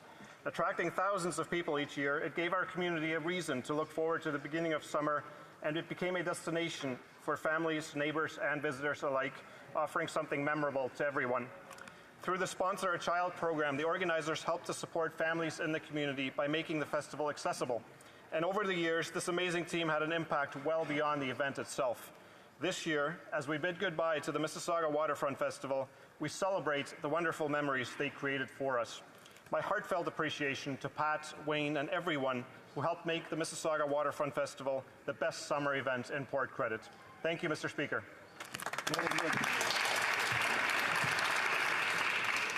Oral questions. Question orale. Honorable député de... The Honourable Member for Louise Saint-Laurent. Monsieur le Président, cette semaine... Mr. Speaker, this week there were 3 shootings in 3 days in Laval in residential neighborhoods. This could have ended very badly for families. And what the police are telling us is that this was about street gangs using illegal weapons. We know that shortly there will be new measures from this government on firearms. Can this government tell us how these new measures will reduce the crimes committed by street gangs and illegal weapons? The Honourable Parliamentary Secretary. Thank you, Mr. Speaker. We are always disturbed when we hear of people who have lost their lives to gun violence. In fact, the burden of injury from gun violence is something that is of a concern. It's a public health concern to all Canadians. Our approach to firearms is one of common sense safety measures. And these measures that were introduced this week will keep firearms out of the hands of criminals, codify businesses' due diligence practices, and support law enforcement in tracing efforts. It's another tool in our arsenal to keep communities safe, Mr. Speaker. The Honourable Member for Louise Saint-Laurent. Well, Mr. Speaker, none of that is true. The new measures that will start on May 18th will directly attack law-abiding businesses and firearms owners. And yes, there are many of those, Mr. Speaker. Unfortunately, this government is not attacking the real criminals, street gangs, and the users of illegal weapons. Why is this government once again bothering law-abiding firearms owners and not doing something about real crime? Speaker, and our government is firmly committed to building safer communities. To reduce gun crime, we must address the social conditions that lead youth to join gangs. That's why we're working closely with municipalities in Quebec and across the country and Indigenous communities to provide $250 million over 5 years to bolster gang prevention and intervention program. And I would remind Conservatives that when we studied Bill C-71, they put forward amendments that would have removed punishment for making a false statement to provide a license, tampering with licenses, unauthorized possession of ammunition, and more. Thank you, Mr. Speaker. The Honourable Opposition House Leader for the Official Opposition. Yesterday, a 17-year-old was shot in the Liberal-held riding of Don Valley East in the parking lot of Victoria Park Collegiate. Instead of dealing with the real problem infesting the streets of Liberal-held ridings, gang and criminal illegal handgun use, these Liberals would rather engage in cheap political stunts by attacking duck and deer hunters to make it look like they're doing something when in fact they're solving nothing. Why won't Liberal MPs act as emboldened as the gangs and the criminals in their ridings and go after those who are shooting up their streets with illegal handguns? The Honourable Parliamentary Secretary to the Minister of Public Safety. Thank you, Mr. Speaker.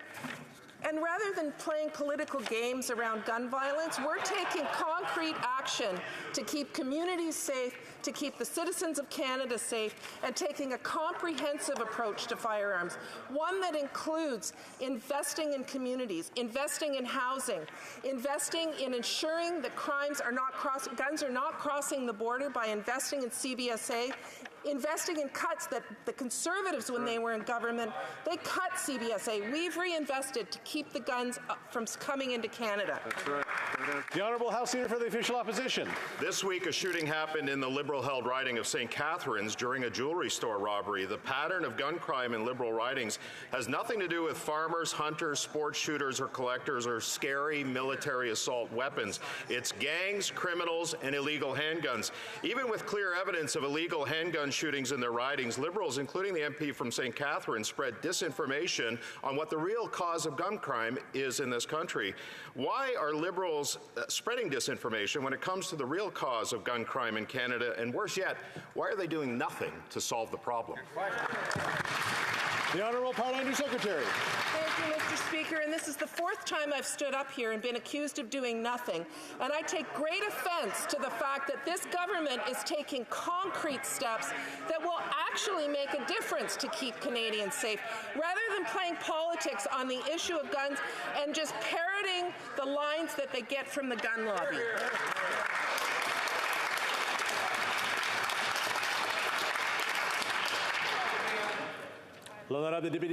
The Honourable Member for Louis-Saint-Laurent. Mr. Speaker, on a different topic, the Indigenous community of Wendake that I represent is encircled by Quebec City. But, according to Canada Post, its postal code identifies Wendake as being in a remote sector, which means that it's 30% more expensive for mail and insurance. It's unfair and ridiculous. So my question: does the Minister realize that this makes no sense and that we need to fix this at once? The Honourable Minister. Well, I would like to rectify what my colleague said. He said I was in charge of First Nations, but I serve First Nations, Mr. Speaker. Well, my colleague is right. Now, we know that Indigenous communities that used to be in rural regions now aren't because of urban sprawl. And so I hope that Canada Post, which is an independent agency, will fix the situation, and I will speak to those responsible. The Honourable Member for Manicouagan. Mr. Speaker, the Prime Minister refuses to close Roxham Road, saying that it's not the right solution and irregular migrants would just take a different route. Well, yes, they would. They would use border crossings. That's what they used to do before the Safe Third Country Agreement. If the Prime Minister were to suspend the agreement, which he can do unilaterally, Migrants could take any border crossing instead of coming across country roads. It would be simple, safe, and humane. When will the federal government suspend the agreement and close Roxham Road? The Honourable Minister for Immigration. Mr. Speaker, we need a robust system for asylum seekers. There is no magic bullet solution. Closing Roxham Road would simply move the problem to a new location. What we need to do is modernize the Safe Third Country Agreement, and that's what we're doing, working with the United States on a sustainable solution. The Honourable Member. Mr. Speaker, that is the problem. There is a vast border, and people can take any location to cross, but they should cross at border crossings. And suspending the Safe Third Country Agreement would enable this to happen.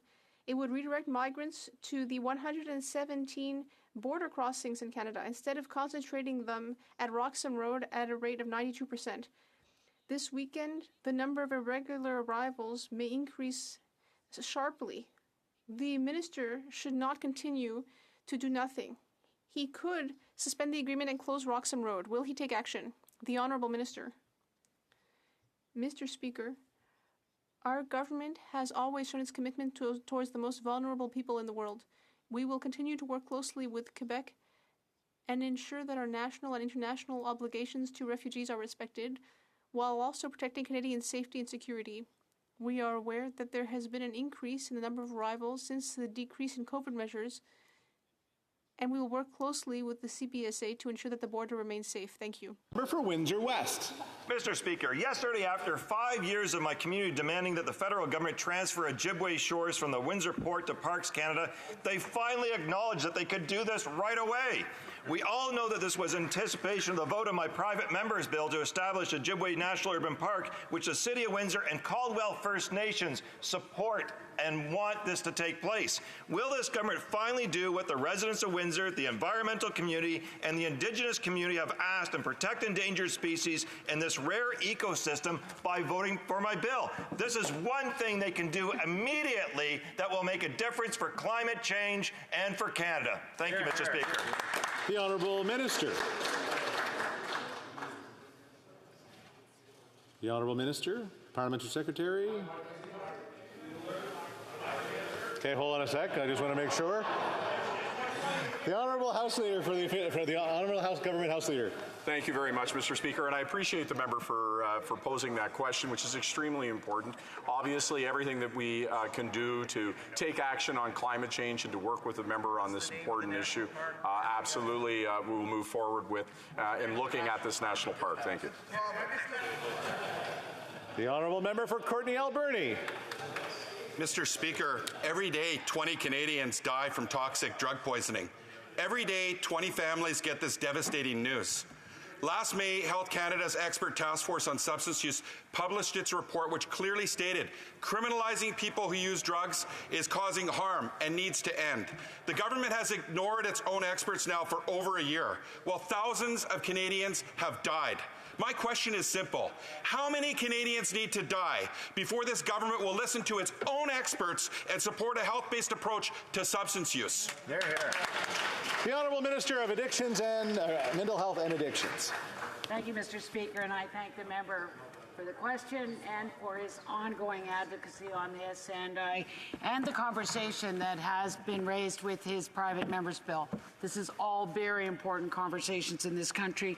We recognize that problematic substance use is a health issue, and we too want to move it from the criminal justice system to the health systems, and we are doing everything we can to invest in safe consumption sites, safer supply, and all of the alternatives that will eventually stop this terrible tragedy in Canada. Central Okanagan, Similkameen Nicola. The Liberals make big promises on housing affordability, but the changes in their budget law on GST and assignment of sale make a terrible situation even worse. Now, the GST is already charged by the builder of a duplex or fourplex, but under these changes, if the purchaser of the units then sells one to a family, that family must pay the GST to the government again. Can this tax and spend Prime Minister please explain to this House how taxing families more and raising the cost of housing helps anyone but him? L'honorable secrétaire parlementaire au ministre du Logement. Merci. Thank you, Mr. President. And I thank the member for his question because it gives me an opportunity again to talk about our housing measures. Housing measures that this party has voted against, several times. So in the budget 2022, we're making a lot of measures to help access a new house, build more affordable housing. So I hope this time around, members will support the measures that we're presenting in this government. The honourable member for Central Okanagan, Similkameen Nicola. Raising the cost of housing, this member has nothing to say about that. I guess the truth hurts, Mr. Speaker. Let me say what's truly cruel, though, is when Liberals propose, here's a shiny new first-time home buyer savings account, and young families with dreams of home ownership actually believe them. But what they don't say is that it will take 5 years to max out at $40,000 if they have the money to save. Even then, they must qualify under the Liberal stress test. What will the Minister of Housing do when those few but earnest millennials open up the account, save $40,000, and then are bounced by the stress test? Will he at least send them a "we're sorry" card? L'honorable secrétaire parlementaire. Merci, Monsieur le Président. Je remercie mon collègue. Thank you, Mr. Speaker. I'd like to thank my colleague for his question. Well, I have those deductions for my own children. The Conservatives are always talking about buying a first property, and that is important, but they never talk about social housing. They never talk about affordability. People need to be able to buy a house, yes, but we also need to focus on renters' rights and on people's right to have a roof over their heads. It's about housing, not just access to property. Hill. We absolutely are talking about affordability, and I'll tell the member that the average price home in the GTA reached $1.25 million last month. That means an average home buyer needs to have an income of $223,000 just to afford one of those houses. Families don't make that kind of money. Is the minister proud of creating a class of permanent renters because this government's lack of action on the housing affordability that she's talking about? Honorable secrétaire parlementaire. Merci, Monsieur le Président. Je remercie. Thank you, Mr. Speaker. I'd like to thank my colleague for her question. Yes, we don't only have to work on access to property, but also on renters' rights. We see that there are renovictions. We see units that are not currently accessible. We need to ensure that people can both buy and rent affordably throughout the country, and that's what we put in the budget. Concrete measures to help Canadians have a roof over their head. Hill. The minister is living in fantasy land. I'll repeat that. An average house in the GTA is $1.25 million. Shame. The minimum required down payment for that house is $250,000. You know what the average income for an average family is in the GTA? Well, it was almost $94,000 the last time we checked. So when will the minister join us in the real world instead of fantasy land and admit that under this government's leadership, we are in a housing crisis? The Honourable Parliamentary Secretary. Thank you, Mr. Speaker. I'd like to thank my colleague for her question once again. Well, I live in Canada and not in Fantasyland. And I can tell my colleague that we need to work not only on access to property, not only on increasing the number of housing units, but we also need to ensure that we are focusing on owners' and renters' rights. And the National Housing Strategy is working on several levels. I hope the Conservative Party for once will vote with us on this. Kelowna Lake Country. Mr. Speaker, the Minister for Housing continues to insist that his programs are keeping up with rising home prices.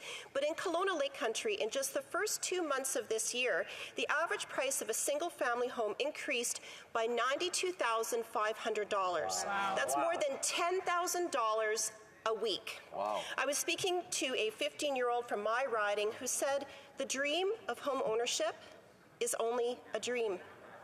Will the minister finally admit that his failing housing policies are absolutely not working? Good question. Good question. That's a good question. The Secrétaire parlementaire.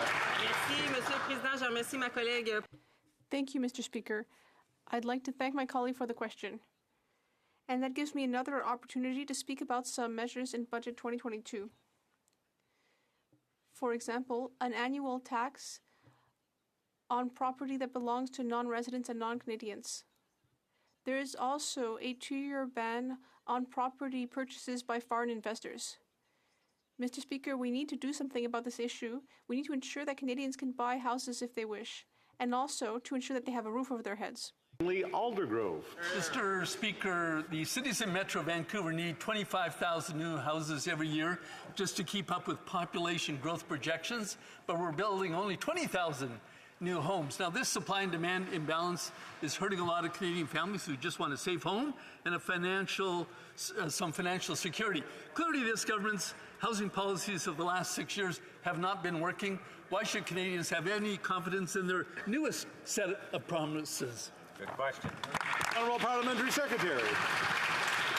Monsieur le Président, Mr. Speaker, we are aware that the current crisis that we're experiencing throughout the country, in every riding throughout the country, there's no silver bullet, but there are concrete measures that we've taken in this budget. And yet, on each occasion, the Conservatives have voted against it. It's possible to speak out of both sides of your mouth, but, Mr. Speaker, there are concrete measures in this budget to help people find housing and buy property. The Honourable Member for Rivière-du-Nord. Mr. Speaker, there was a shooting and one person died in Laval on Saturday, and on Tuesday in Laval, a man was shot in front of children. In Montreal, on Wednesday, a man with ties to the Hells Angels was shot. There is a gang war in Quebec. Everything we see on the news seems to be shootings. Where are the images of arms, of weapons seizures, arrests, gang members at the courthouse? Where is the federal government at a time when there have never been so many illegal weapons in the streets of Montreal? The Honourable Parliamentary Secretary to the Minister of Public Safety. And I thank the Honourable Member for his question, and it obviously is an issue, and that's why we've been taking action on this. And I've had the pleasure of working with his colleague on the Public Safety Committee to table a report on guns and gangs, which included a comprehensive approach, which is what our government is taking. We're investing in communities to reduce gun crime. We're working closely with municipalities like Laval to provide funding over 5 years to bolster gang prevention and intervention programming. And we're investing in CBSA to stop firearms from crossing at the border. Thank you, Mr. Speaker. The Honourable Member for Rivière-du-Nord. Well, all right, let's talk about the federal government's efforts at the border. In mid-April last year, there were 21 shootings in Montreal as of that date. And this year, 44, more than double, Mr. Speaker. Meanwhile, RCMP officers are at the border not to fight weapons smuggling, not to do something about organized crime, no, to do something about the irregular arrivals at Roxham Road. Does the Minister agree that the RCMP would be much more helpful if it were fighting weapons smuggling than as it is trying to compensate for the incompetence of the federal government? The Honourable Parliamentary Secretary. Mr. Speaker, I'd like to say that I fully agree that firearms violence has become a real crisis in Quebec and throughout Canada. I was with our Minister of Public Safety this week for an announcement on, indeed, firearms control in Canada. We are taking concrete measures to move this issue forward. Mr. Speaker. Quelqu'un a leur micro allumé. I think somebody has their microphone on. I think it was Ms. Wagenthal. I'm not too sure. Just make sure everybody's microphones are turned off. If we've learned anything over the last number of months, we should learn to keep our microphones off and our cameras if we're not doing that. L'honorable député. L'honorable secrétaire parlementaire. Just in conclusion, I hope the Bloc Québécois will work with us to better manage firearms. Sherwood Park for Saskatchewan. Mr. Speaker, my office is being overrun with correspondence from constituents suffering as a result of passport delays. I recently received a note from Jason, whose son Mason is hoping to travel with his hockey team. Jason asked if he could pay the extra fee to have his passport sooner and was told that he could not as his date of travel was outside of the next 25 days. He was assured he would have it on time. When it didn't arrive on time, he called the number but no one answered. He couldn't leave a message. He called over 150 times in 3 days and still hasn't gotten an answer. So, Mr. Mr. Speaker, to the minister, where is Mason's passport? The Honourable Parliamentary Secretary. Thank you, Mr. Speaker, and I'll thank the member for his question. Mr. Speaker, after 2 long years, Canadians are traveling again, and we're seeing unprecedented volumes across the country of Canadians who wish to have travel documents. And we know that it's both difficult and stressful for them. The minister has been traveling throughout the country, visiting Service Canada offices and passport centres, speaking to staff who have been working through the weekends, overtime, including hiring 500 new hires over December to prepare in anticipation for this. All wickets are open, and we want to thank all those working so hard to serve Canadians.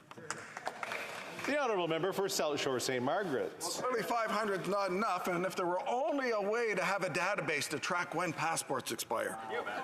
This is why my community is furious. The passport process delays are predictable and unnecessary, and to add insult to injury, they are forced to pay an extra $200 as a service charge, and incredibly, another $20 on top of that, not for delivery of the passport, but when you pick it up at the office.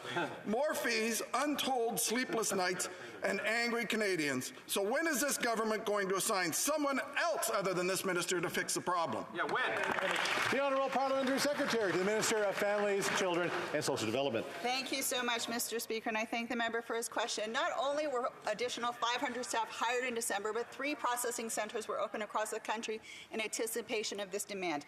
In addition to that, Mr. Speaker, over 303 Service Canada centres will accept passport applications. And in addition to that, Mr. Speaker, those who submitted within the appropriate processing times but were delayed do not have to pay for transfer fees or expedited fees and will receive their documents. We are serving Canadians, Mr. Speaker. The Honourable Member for Brandon Souris. Well, Mr. Speaker, my constituent Derek had an opportunity to go to the United States to attend a football camp, so he acted quickly to try and get a passport. When Service Canada called to confirm the information, he, as a high school student and a part-time employee, unfortunately missed their call, and his attempts to call them back over the course of several weeks were unsuccessful. After he was finally able to provide the required documents, the delays ultimately caused Derek to miss the camp. He still doesn't have his passport. When will the Liberals fix this passport backlog? Honourable Parliamentary Secretary. Thank you, Mr. Speaker. As I mentioned, staff in Service Canada offices are working long hours over weekends and overtime to ensure that Canadians get the service that they need during this unprecedented volume. Nevertheless, I'd also like to mention that ESDC has leveraged additional staff to come in to support our passport service staff. In addition to the 500 new hires and in addition to 564 counters open across the country at 100% service capacity. Thank you. The Honourable Member for Souris Moose Mountain. Speaker, Canadian travellers returning to Canada are still required to use the ArriveCAN app and disclose their personal data to this government, whether they like it or not. The app asks, where have you been, where are you going, and whether you have any health-related symptoms. Answers could easily be stated to an agent at Customs. We know this government has been using COVID as an excuse to track Canadians' data. And the minister repeatedly claims the app protects Canadians. My question is, how? The Honourable Parliamentary Secretary to the Minister of Public Safety. Well, thank you, Mr. Speaker. We went from a question to a question that included misinformation. So I really am concerned about that. But ArriveCAN is an essential and intuitive tool to protect Canadians. We've streamlined the reopening process. As the honourable member knows, travel is up. It takes only a few minutes for vaccinated travellers to complete. To conflate it with privacy issues is really troubling, Mr. Speaker. The Honourable Member for Winnipeg Centre. Mr. Speaker, earlier this week, a report confirmed that the RCMP is an organization built on systemic discrimination, perpetuating violence against Indigenous women and girls. The calls for justice provide a path forward to address the misogyny, racism, and violence outlined in the report. But the government is failing to act. Words are not enough. It's been 3 years since the national inquiry into murdered and missing Indigenous women and girls. When will this government finally get serious about saving Indigenous lives and implement the calls for justice? The Honourable Parliamentary Secretary to the Minister of Public Safety.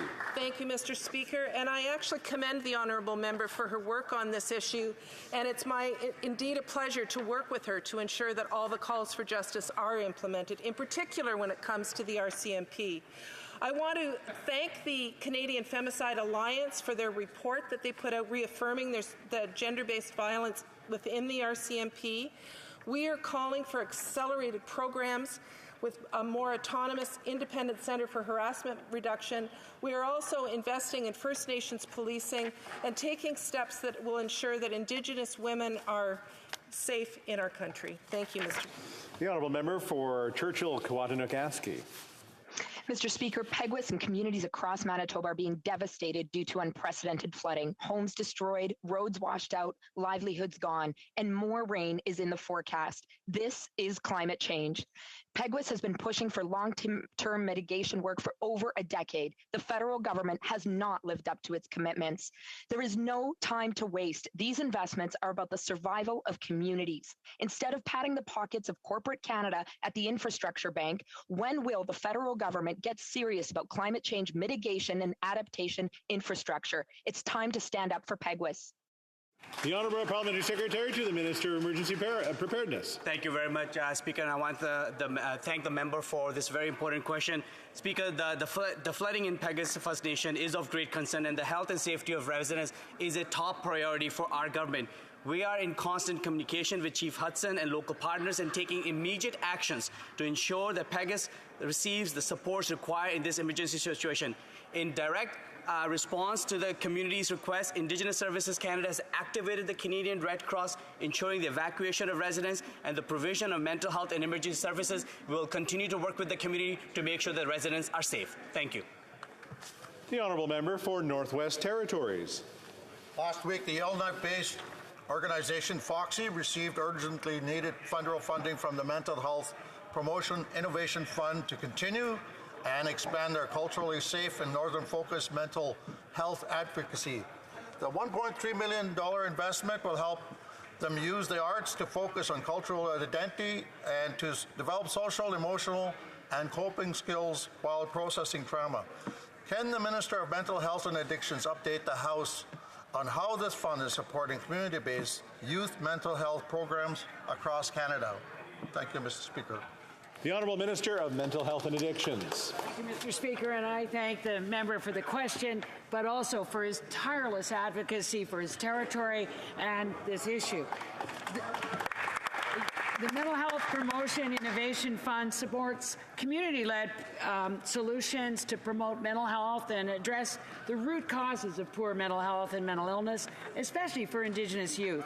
The funding announced last week is part of the program's second phase of funding, supporting 10 projects across Canada for a total investment of $12.2 million. Our government will continue to support projects with a holistic approach to healing by supporting individuals, families, and communities. River Sturgeon River Parkland. Well, Mr. Speaker, this Liberal government likes to brag about their investments to combat gun violence, but an access to information disclosure reveals a different story. This Liberal government failed to spend $325 million budgeted to combat gun and gang violence. In fact, only $140 million of the promised funding since 2017 has been spent. Meanwhile, gun violence explodes across the country, and now the government's planning to spend another $1 billion to buy back guns from law-abiding gun owners. Why is this government wasting money going after law-abiding gun owners and cutting funds used to fight gangs and violent criminals? The Honourable Parliamentary Secretary to the Minister of Public Safety. Thank you, Mr. Speaker. And I wish the honourable members on the other side were as interested in actually developing solutions instead of trying to portray this issue in a simple fashion. It's complicated, and that's why we're taking multiple steps to deal with gang violence, including investing in communities, including investing millions of dollars to ensure that we are combating gang violence. Let's work together on this issue, Mr. Speaker. Let's find solutions that actually keep Canadians safe. The honourable member for Sarnia-Lambton. Well, Mr. Speaker, the Liberals' gun buyback program is doomed from the start. Gun crime in Canada is largely committed using illegal guns. But the Liberals want to use more taxpayer dollars to buy back guns from law-abiding gun owners. Can the minister explain why they're punishing law-abiding citizens instead of criminals and driving up debt while doing so? Great question. The Honourable Parliamentary Secretary. Thank you, Mr. Speaker. And I will remind honourable members that assault-style firearms have no place in Canada. Through the mandatory buyback program, we will remove the threat these deadly firearms pose from our communities, from coast to coast to coast. I would also remind honourable members that over 75% of Canadians who die by firearms are dying by suicide, that women die because of gender-based violence. Let's not forget the people who are dying by firearms, the majority of whom it's related to a mental health issue. Thank you, Mr. Speaker. The honourable member for Haliburton, Kawartha Lakes, Brock.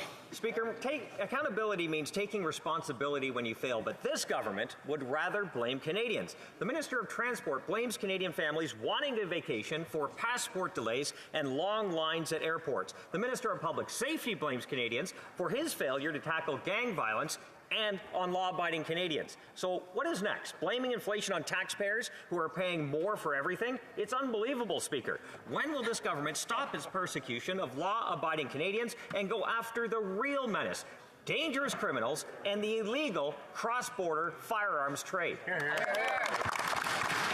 The Honourable Parliamentary Secretary. Thank you, Mr. Speaker. And we are acting on illegal trade across the border.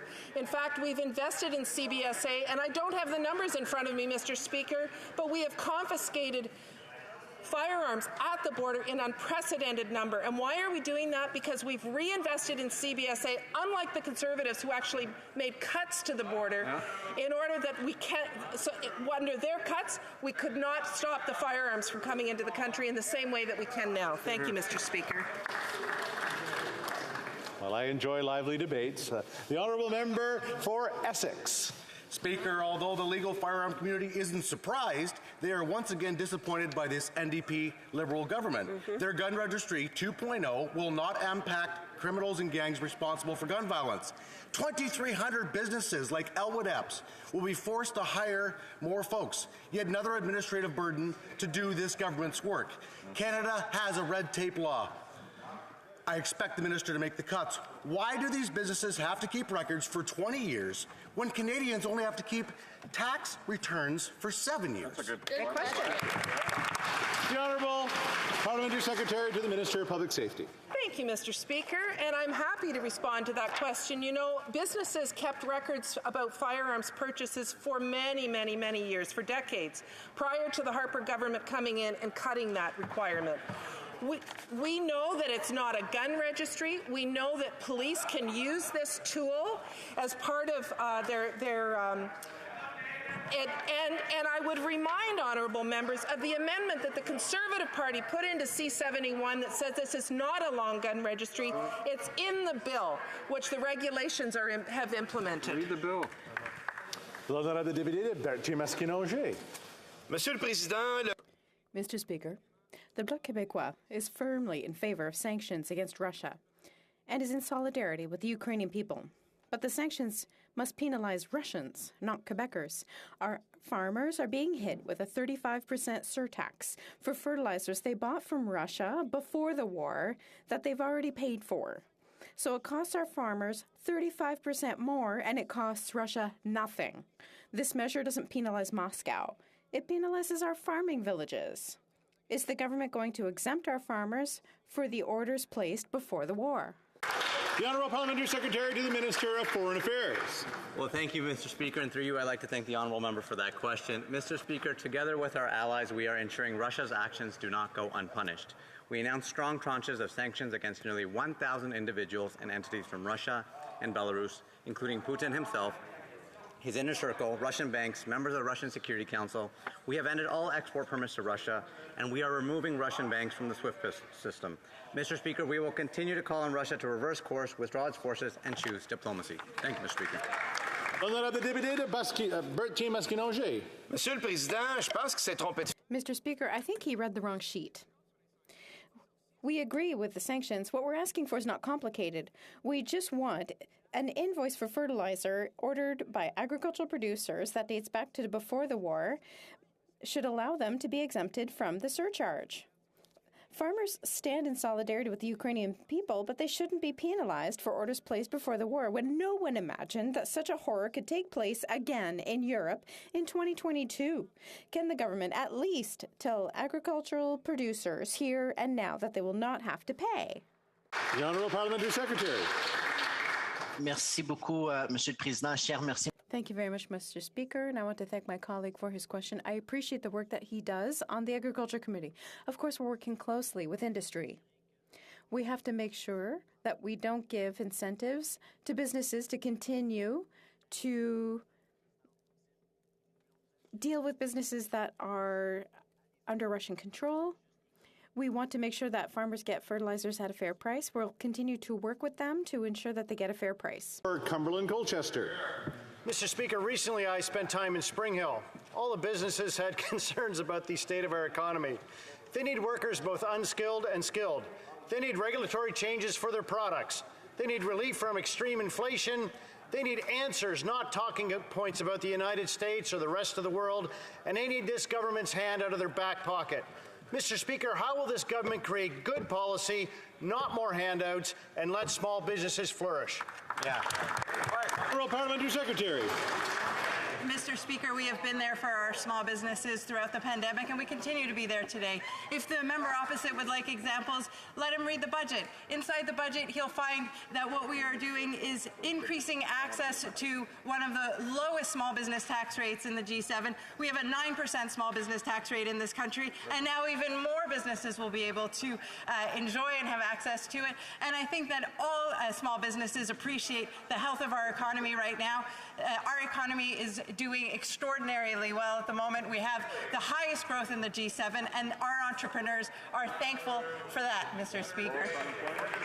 The Honourable Member for Edmonton West. Government documents have revealed the Liberals have paid out tens and tens of millions in bonuses to public service executives last year. 89% of executives got bonuses despite the departmental result report showing overall departments missed over half of their targets. No clean drinking water on reserves, bonus. No fix to the Phoenix pay system, bonus. Vital PPE thrown in the trash, bonus. Why is this government so hell-bent on paying taxpayers' money to reward failure? Good question. The Honourable Parliamentary Secretary to the Prime Minister. Mr. Speaker, Canada has, of course, one of the finest public service in the world. We have professionals who have been able to help support Canadians throughout the troubling times that we've had during the pandemic. We're very proud of our public service. Mr. Speaker, of course, we want to make sure that public servants are compensated fairly, and if they, of course, have a compensation system that if they do meet their targets, of course, they're being compensated appropriately, Mr. Speaker. We are very lucky to have such a professional public service. The Honourable Member for Edmonton West. Well, guess what? The same government documents show that regular public service, the non-executives, despite the ones that are doing all the work, only 5% of them got bonuses. Wow. The Liberals paid out millions in bonuses to the government executives who failed to meet over half their goals. Wow. Now, the only other place you could find people getting rewarded so well for such failure is in the Liberal cabinet. So why is the government rewarding so much failure with so much taxpayers' dollars? The Honourable Parliamentary Secretary to the President of the Treasury Board. Mr. Speaker, I'm just trying to understand my honourable colleague who knows many issues regarding Canada's public service. Is he suggesting that we should compensate folks who do not meet their targets? I'm certain that is not what he's suggesting. Mr. Speaker, what we are really talking about is about our fabulous, as I said, public service that has worked very hard, has helped Canadians through very, very tough times, and we are certainly making sure that they are continuing to do the proper work that they do to serve Canadians and serve all of us here. The Honourable Member for Fredericton. Monsieur le Président, du 9 au 15 mai, nous... Mr. Speaker, May 9th to the 15th is National Nurses Week. It's important to recognize and show our gratitude to our self-sacrificing nurses who have spent the last 2 years on the front lines protecting us all. Canadians who work in healthcare have been selfless. They've put themselves and their families at risk, working very long hours, often under difficult conditions, to help people in Canada through the worst of the pandemic. Mr. Speaker, can the Minister of Health tell us more about the vital role that nurses play and how our government is supporting them? L'Honorable Ministre de la Santé. The Honourable Minister of Health. Merci à notre extraordinaire collègue. Thank you, Mr. Speaker, and thank you to our extraordinary colleague for her exceptional work, and thank you to every nurse. Let's celebrate their work this week. Every week is a week where they show extraordinary devotion. I also want to thank the head of the Nurses Union. I had a chance to discuss with the union just a few days ago. I also want to highlight that we want to thank and support the work of nurses. That's why we are creating a Chief Nursing Officer position for Canada. And we're going to increase the loan forgiveness by 50% for people working in underserved areas. Dans ma circonscription, le prix de l'essence a grimpé à plus de $2. In my riding, the price of gas has risen to over $2 a litre. Being in a rural riding, my constituents don't have the option of using transit for work or recreation. Unlike the Prime Minister and his ministers, regular Canadians don't have a driver, and they have to pull out their own wallets when they go to the pump. This government is out of touch with reality. When will the government make changes to make gas more affordable for Canadians? The Parliamentary Secretary to the Associate Minister of Finance. My colleague knows full well that we need to tackle climate change. That's why we put a price on pollution. What's interesting is that the majority of Canadians are receiving more in rebates than they're paying. I would say that the majority of tax on oil and gas belong to the province and not the federal government, and we need to respect their jurisdiction. Member for Chatham, Kent, Leamington. Thank you, Mr. Speaker. There was a failure of the Windsor-Detroit Bridge Authority's Hydro One conduit project. 3 independent engineering firms have confirmed that the failure was due to the lead engineer, CIMA, who was both a design engineer and the bridge consultant. We are told yet that CIMA was allowed to continue as the lead consultant on the very failure review of which they were the subject. Mr. Speaker, why were engineering reports ignored? Was there a conflict of interest? Why was no recourse sought for the taxpayer from CIMA? Good question. The Honourable Parliamentary Secretary. The Honourable Minister.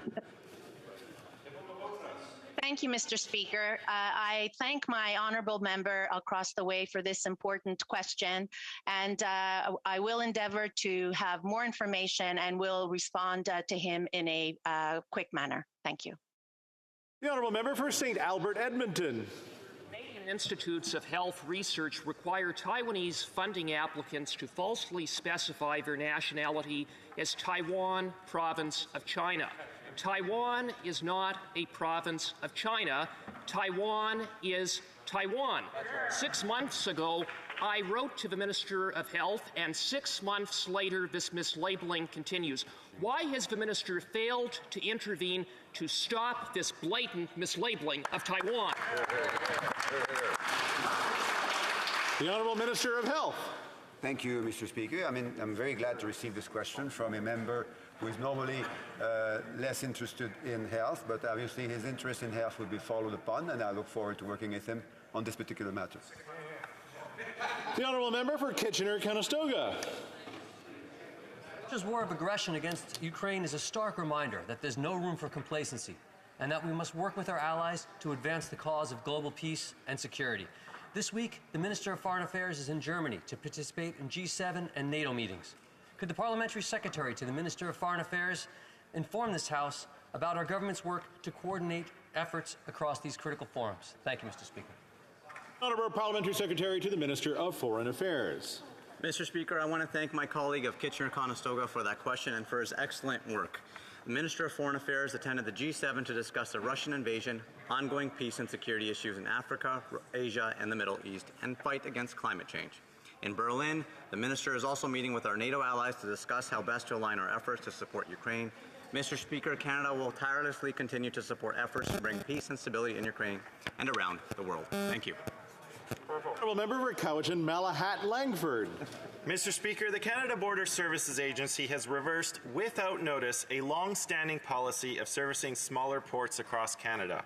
This is forcing visitors to travel longer distances and pay hundreds of dollars more in fuel to report at the limited remaining CBSA sites.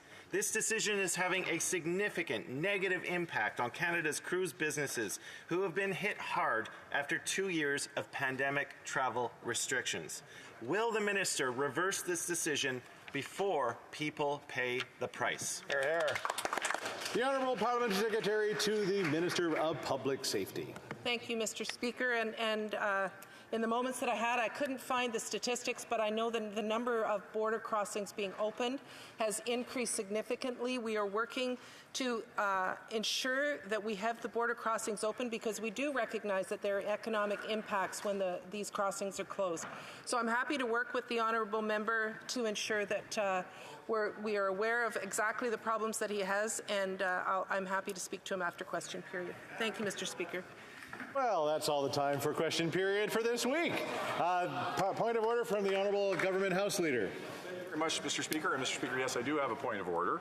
I request that the ordinary hour of daily adjournment for the next sitting be 12 midnight, pursuant to the order made May 2nd, 2022.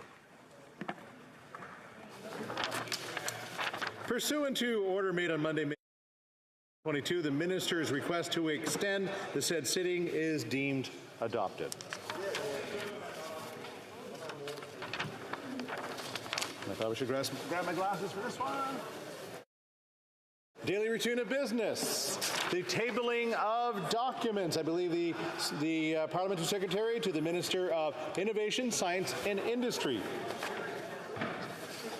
Well, thank you, Mr. Speaker. And pursuant to Standing Order 32.2 and consistent with the current policy on the tabling of treaties in Parliament, I have the honor to table in both official languages the treaty entitled Agreement between the Government of Canada and the Government of the United Kingdom of Great Britain and Northern Ireland on Customs Cooperation and Mutual Assistance in Customs Matters, done at London on March 18th, 2022. Thank you, Mr. Speaker. The document is tabled. The Honourable Parliamentary Secretary to the Leader of the Government in the House. Thank you, Mr. Speaker. Pursuant to Standing Order 36A, I have the honor to table in both official languages the government's responses to 7 petitions. These petitions will be returned. These returns will be tabled in an electronic format. Dépôt de projet de droit émanant du gouvernement.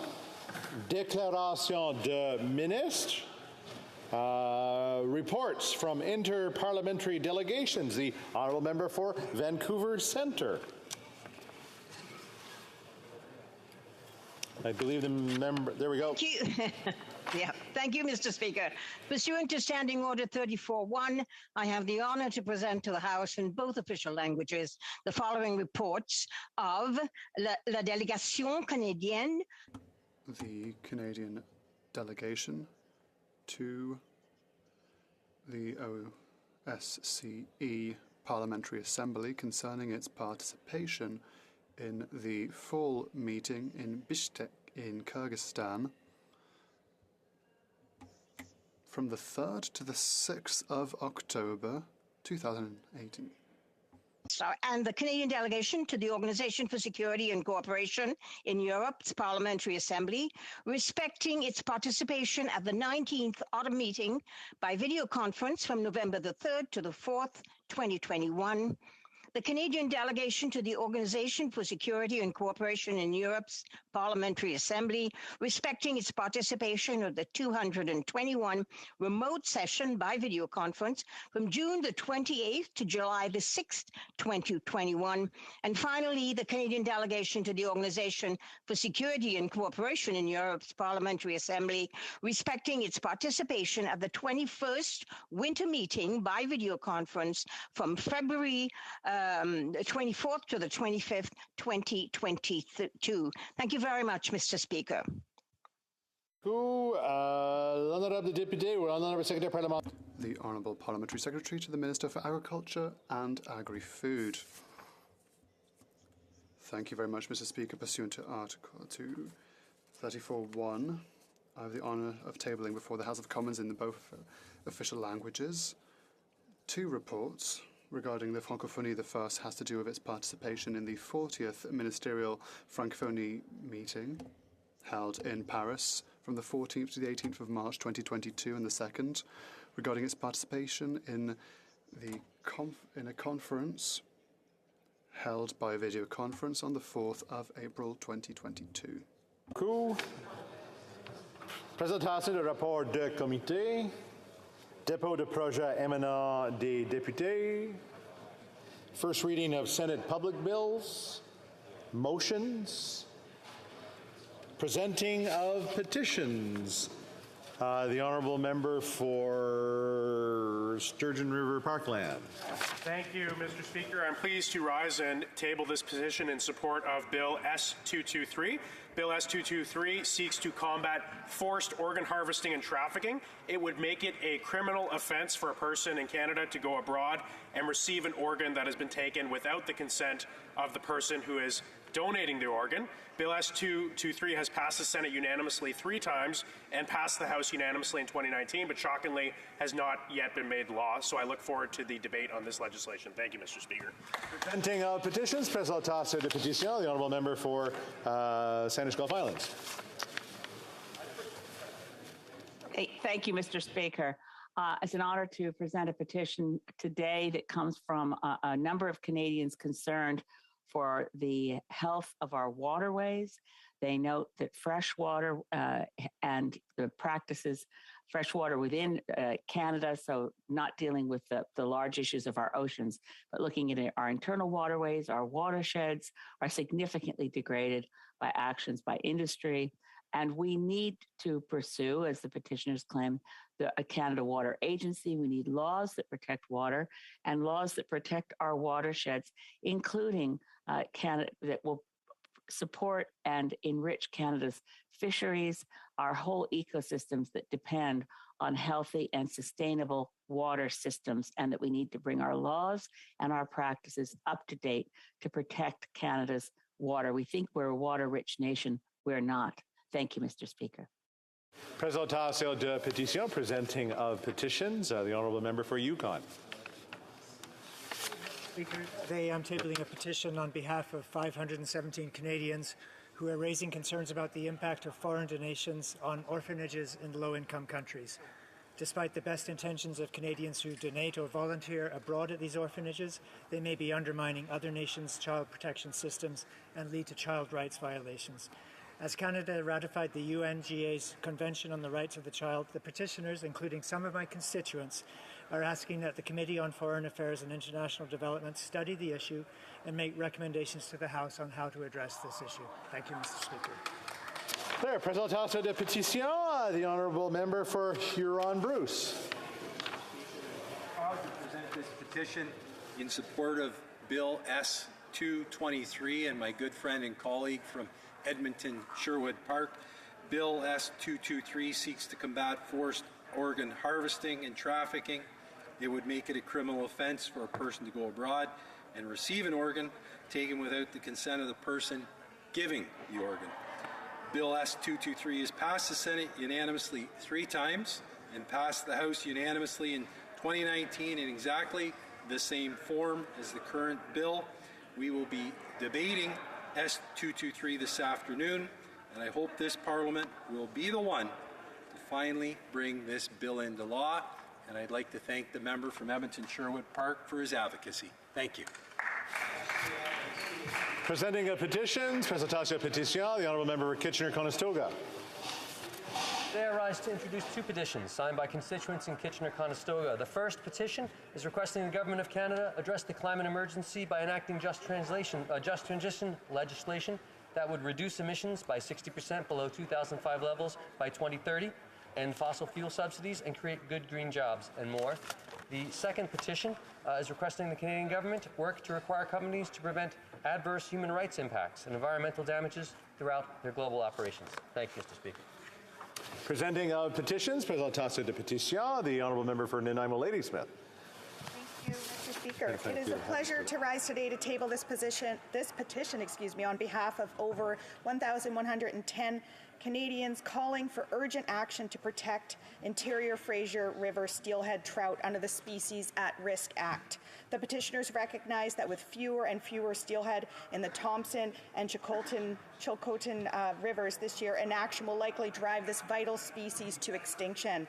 They are urging the government to listen to independent science, which has recommended that interior Fraser steelhead be listed under the Species at Risk Act and that DFO invest in real monitoring efforts to support this species. They are calling on the government to act now so we can save and rebuild this incredible fish species. Thank you, Mr. Speaker. Presenting petitions, Présentation de pétitions, the Honourable Member for Langley Aldergrove. Thank you, Mr. Speaker. I'm submitting a petition signed by Canadians from across the country who are concerned with the lack of palliative care services in Canada. They are calling on the government to create a national strategy on palliative care and to work with provinces to create national standards for palliative care training. Now, I have a second petition signed by Canadians who are deeply concerned that President Putin has launched an unprovoked and illegal war against the people of Ukraine, and they're calling on their government to immediately implement a government-assisted refugee program for Ukrainians coming to Canada. Thank you. Presenting petitions, Présentation de pétitions, the Honourable Member for St. Albert Edmonton. Much, Mr. Speaker. It is an honour to rise to present a petition signed by Canadians in support of Bill S-223, introduced by Senator Atulajan and championed by the member for Sherwood Park, Fort Saskatchewan. This bill would make it a criminal code offense to go abroad and receive an organ without the consent of the person giving an organ. It has passed the Senate 3 times. It passed this House once in 2019. In all cases, unanimously. Debate is beginning this afternoon. It's imperative that we get this important piece of legislation passed as soon as possible. Presenting petitions, Présentation de pétitions, the Honourable Member for Kitchener Centre. Thank you, Mr. Speaker. It's an honor to rise to present a petition initiated by a constituent and supported by over 1,500 petitioners across the country. They recognize that every person has the right to a safe and healthy lifestyle, and they recognize that a guaranteed livable income would remove stress on our healthcare system, among many other advantages. They call on the Government of Canada to develop a national framework for the implementation of a guaranteed livable basic income across the country. Thank you. Présentation de pétitions, the Honourable Member for Leeds, Grenville, Thousand Islands, and Rideau Lakes. Speaker, it's a pleasure to rise and present a petition signed by Canadians from across the country in support of Bill S-223. And Speaker, I'd like to flag the ongoing advocacy on this issue by the member for Sherwood Park, Fort Saskatchewan. As previous petitioners have noted, Bill S-223 seeks to combat forced organ harvesting and trafficking, and it would make it a criminal offense for a person to travel abroad and receive an organ taken without the consent of the person giving the organ. Now, Speaker, it's very important to note that this bill has 3 times passed the House, passed the Senate unanimously and passed the House unanimously in 2019 in the same form as the current bill. With debate beginning today, Speaker, it's imperative that all members support this bill so that we can end this reprehensible and dangerous practice. Thank you. Presenting petitions, Présentation de pétitions, the Honourable Member for Sarnia-Lambton. And I'm presenting a petition today in support of Bill S-223. The people that have signed this are encouraging the government to support the bill, which is being debated this afternoon. It's passed the Senate 3 times. It's passed in the House in 2019 in the same form, and it seeks to combat forced organ harvesting and trafficking. Would make it a criminal offense to go abroad and receive an organ taken without the consent of the person giving it. Thank you, Mr. Speaker. Presenting petitions, Présentation de pétitions, the Honourable Member for Oh, what the heck. The honourable member for Kingston the Islands. Thank you very much, Mr. Speaker. It gives me great pleasure to present on behalf of many, many Canadians a petition in support of Bill S223 that we'll be talking later today. This bill seeks to combat forced organ harvesting and trafficking. It would make it a criminal offense for a person to go abroad and receive an organ without the consent of the person giving that organ. Bill S223 has passed the Senate unanimously 3 times, Mr. Speaker, and passed the House unanimously in 2019 in exactly the same form as this current bill. And we will be, like I said, Mr. Speaker, we will be debating it this afternoon, and I hope Parliament, the petitioners hope Parliament will be the one to finally bring the bill into law. You just never know what's going to happen in this House of Commons. Petitions. The honourable member for Central Okanagan, Similkameen, Nicola. Mr. Speaker, I usually rise in this place to correct the member from Kingston the Islands for some of his words. I truly support that, and I'm here actually to submit a petition on behalf of Canadians in support of S223. This is obviously an important subject. Most Canadians would be shocked and horrified to find out that there is not a law prohibiting from a Canadian citizen for leaving Canada and receiving an organ transplant without the consent of the person that the organ was from. This is an atrocious practice and needs to be taken action. Canada is a moral country. I want to thank the Member of Parliament for Sherwood Park, Fort Saskatchewan, for his advocacy, and to Senator Doolittle for her leadership on this very important issue. Please, I beg the government to consider the petitioner's request. Petitions, Presentation de Petition, the honourable member for Calgary-Midnapore. Thank you very much, Mr. Speaker. It's an honour to rise today and present this petition in support of Bill S223. Bill S223 seeks to combat forced organ harvesting and trafficking. It would make it a criminal offence for a person to go abroad and receive an organ taken without the consent of the person giving the organ. S223 has passed the Senate unanimously 3 times, passed the House unanimously in 2019 in exactly the same form as the current bill. Mr. Speaker, I see today that there are many recognizing the member from Sherwood Park, Fort Saskatchewan, and I also recognize that my Liberal colleague across the aisle from Kingston the Islands are in support of S223. As this bill comes before the House today, let's make sure it passes this time since we're all in agreement, Mr. Speaker. Thank you very much. Oh, yeah, there you go. Point of order from the member for Kingston the Islands. I would love to express my position on this particular petition, but it's not appropriate when presenting a petition to express one's position on it. Therefore, I was just referring to the petitioner's request in there. Ending in debate already. Presenting the petitions, Presentation de Petition, the honourable member for Moose Jaw, Lake Centre, Lanigan. Thank you, Mr. Speaker. And on behalf of Canadians, I would like to bring this petition forward on behalf of them for Bill S223. And I'd like to thank my honourable colleague from Sherwood Park, Fort Saskatchewan, for his efforts and advocacy on this. We live by higher morals here in Canada, sir, and I'd like to point out that it would make a criminal offence for a person to go abroad and receive an organ without the consent of a person giving that organ. And so we know that this is passed in the Senate 3 times in the exact same form as what it is now, and we will be debating it this afternoon, and I hope on behalf of all Canadians that have signed this that we will put this into form. Thank you. Presenting a petitions, Presentation de Petition, the honourable member for Essex. Well, thank you, Mr. Speaker, and I too would like to present a petition on behalf of Canadians that have signed this petition in support of Bill S223. And first and foremost, I want to congratulate and thank my honourable colleague from Sherwood Park, Fort Saskatchewan, for bringing this forward and all his advocacy for this.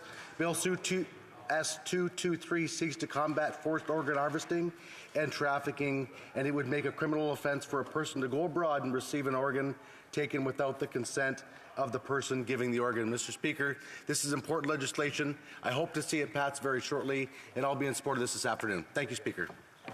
Come to Monel Droit, presenting petitions, the honourable member Brandon Souris. Thank you very much, Mr. Speaker, and I too would like to present a petition on behalf of Canadians in support of Bill S223, which is deemed to, the request is to combat forced organ harvesting, of course, and trafficking. And the good work from my colleague from Sherwood Park, Fort Saskatchewan on this as well. He's been a dogged supporter of this bill, and this bill is needed because it makes a criminal offense for someone going abroad, a Canadian going abroad, to receive an organ taken without the consent of the person giving the organ. The Bill C-223 has passed the Senate unanimously 3 times, this House once unanimously, and it's similar to my Bill C-208 that passed in this House, which was put forward by the member from the former NDP leader, Guy Caron. When I put that forward, there was unanimous support of the opposition in that time, and this Bill CS 223 also has that unanimous support. And as it will be being debated this afternoon, and when we see the consent from the other parties that are there, I'm sure that Bill S 223 will finally come into law. Thank you. Presenting of petitions, présentation de pétition, 45 seconds, 45 seconds. The honourable member for Sherwood Park, Fort Saskatchewan. Thank you, Mr. Speaker. It is very, very moving that on this, what happens to be Falun Dafa Day, a day when we remember the Falun Dafa community as being a particular victim of organ harvesting and trafficking in China, that I can present this petition in support of Bill S-223, a bill to combat forced organ harvesting and trafficking. I want to thank all the members who have spoken on this important issue. Particularly, I want to recognize the member for Kingston and the Islands for his hard work on the file. Some members have suggested I'm behind this, but I think he deserves a lion's share of the credit. And I want to commend this important petition to the House insofar as it will be debated later today. Thank you very much. And that's all the time we have for petitions today. Questions on the order paper. The Honourable Parliamentary Secretary to the Government House Leader. Mr. Speaker, the following questions will be answered today. Question 439, 441, and 442. Furthermore, if the government's responses to questions numbered 440 and 443 and 446 could be made orders for return, those returns would be tabled immediately. Is it the pleasure of the House that the aforementioned questions be made orders for return and that they be tabled immediately? Agreed and so ordered. The Honourable Parliamentary Secretary to the Government House Leader. Finally, Mr. Speaker, I would ask that all remaining questions be allowed to stand. There you go. Thank you. Je pense que un appel au règlement de... Point of order. The Honourable Member for Joliette. Thank you, Mr. Speaker. I'd like to appeal to the standing orders. On April 28th, the government introduced at first reading Bill C-19, an act to implement certain provisions of the budget tabled in Parliament on April 7th, 2022, and other measures. The bill was adopted with time allocation at second reading on May 10th, but the bill introduced in the House differs from the one that is in the lobby, or the one in the lobby, rather, is different than the one on the Legisinfo website. So members could have received 2 different versions of Bill C-19. The paper document has 477 clauses on 421 pages. More specifically, it stops at the heading 68.2b, whereas the virtual document has 502 clauses on 440 pages, including 3 schedules. So pages 422 to 440 are missing. That's clauses 477 to 502. Either the wrong version was given to opposition members when the bill was introduced in the House, or the wrong version is being made public to members and the public on the Legisinfo website. I think that the right version is on the Legisinfo website, and I'd like to get the government's confirmation of that. On the paper version, it is clearly stated that it is a draft copy and that will need to be formatted and reprinted by Parliament. But there are around 20 clauses and as many pages missing. This is an omnibus bill of over 400 pages. We usually use the copies provided by the government for environmental reasons, but also because we want to be able to trust that the documents introduced and printed in the House are trustworthy.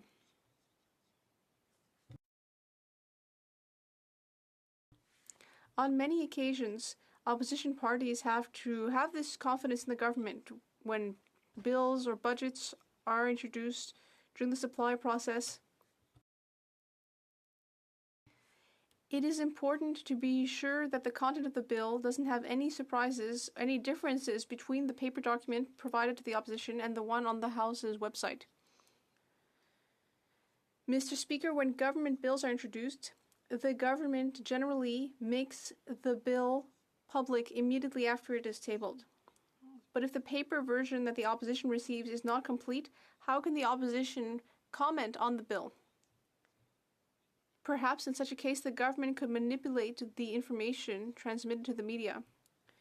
What version of the bill should we be using for a committee study?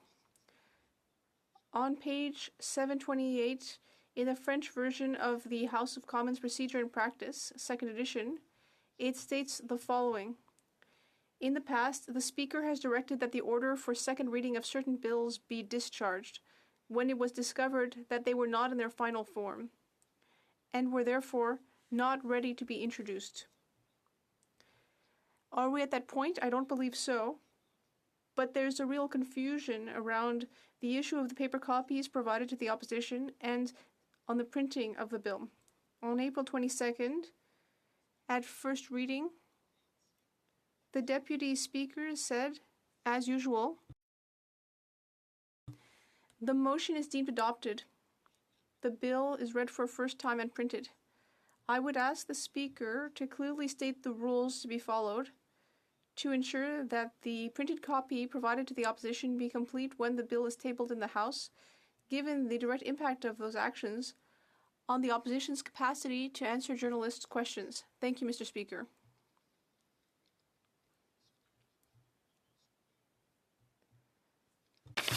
The Honourable House Leader for the Official Opposition. Thank you, Mr. Speaker, and I rise on the same point of order, and I want to thank the honourable member for bringing to your attention exactly what happened. And we as Conservatives experienced the same situation where the information that was received by us in the lobby was not complete, so it would obviously call into question, Mr. Speaker, whether we received the accurate information. As the honourable member said, it was a 440-page omnibus bill, despite the fact that the government had said that it would never introduce an omnibus bill. We do have and share the exact same concerns, Mr. Speaker, not the least of which are the contents, whether in fact we received the proper contents, whether we were able to disseminate those contents in terms of our work at committee and in fact our work in the House as well. And Mr. Speaker, I will speak to the broader issue that this is a pattern of not managing or not having the ability to manage for some reason on the government side, providing this type of information in an appropriate way to the opposition, Mr. Speaker. And I would add as well that in spite of the information that we received, which we deem as incomplete, and as the honourable member argued, we were only allowed to have 5 hours of debate in this place on C-19, which amounted to a total of 11 speakers. And so I think obviously the privilege of the members in this House, Mr. Speaker, are paramount, and we should be receiving the exact identical information, particularly on an important piece of legislation like the Budget Implementation Act, 440 pages. Several of those pages that the opposition parties received were missing and therefore incomplete. So I ask that you look at this judiciously, Mr. Speaker, and come back with what I would expect a favourable ruling on the honourable member's point of order. Thank you.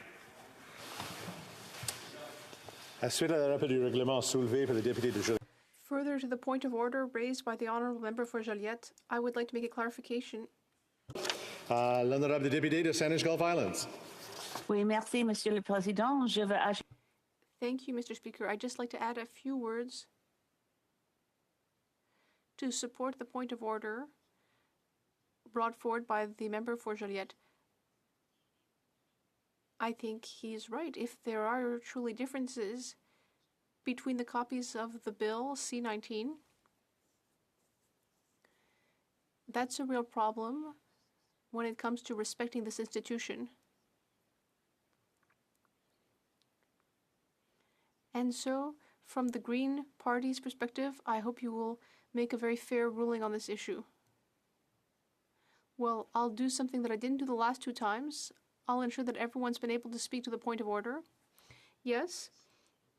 Very well. Further to the point of order raised by the honourable member for Joliette, I would like to make a clarification regarding Bill C-19, an act to implement certain provisions of the budget tabled in Parliament on April 7th, 2022, and other measures.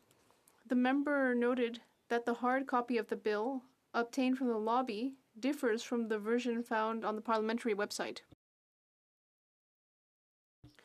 It would appear that pages are missing. Therefore, the member asked which version is the correct one.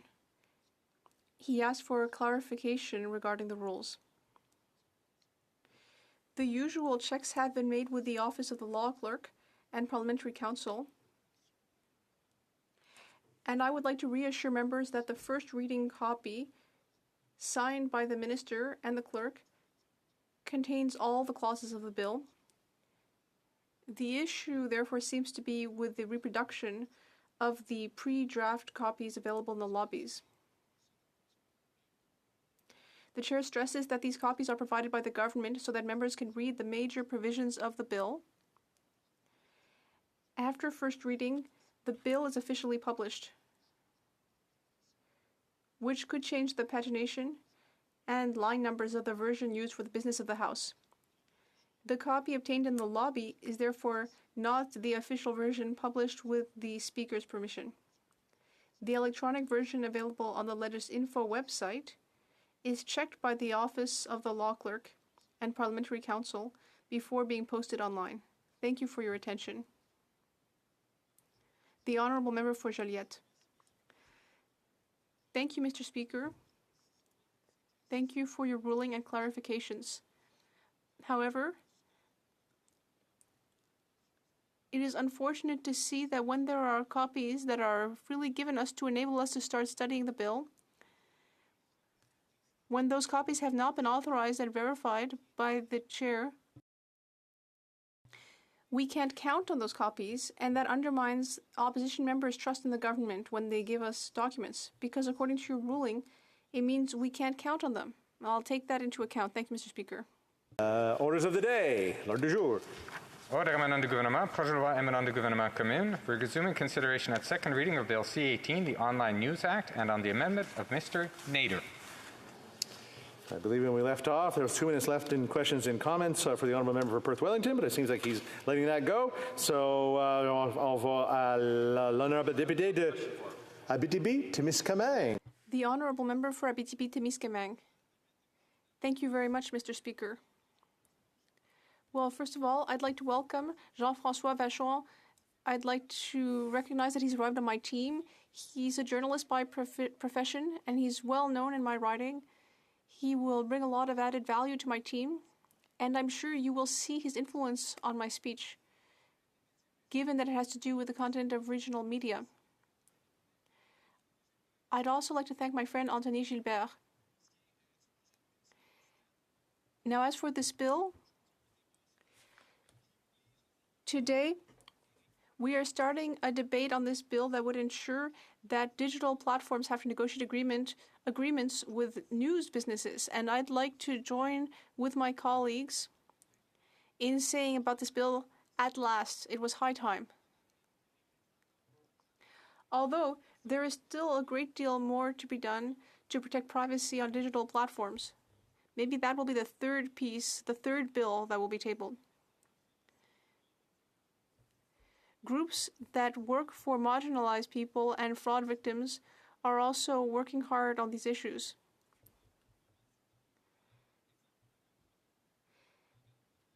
It can be very hard, for example, to have a picture taken down. This is something that they're already working hard on in the UK. We are also seeing impacts on competition to the detriment of SMEs. We are seeing forced IP transfers in exchange for access to the big digital platforms. Experts appeared at the industry committee and they told us that our competition legislation was out of step with what is done elsewhere in the world. So for those who might have thought that we were done with legislation on the digital giants, no, there is still more that needs to be done. But I'm pleased here to see that there is something being done about the theft of news produced by news businesses.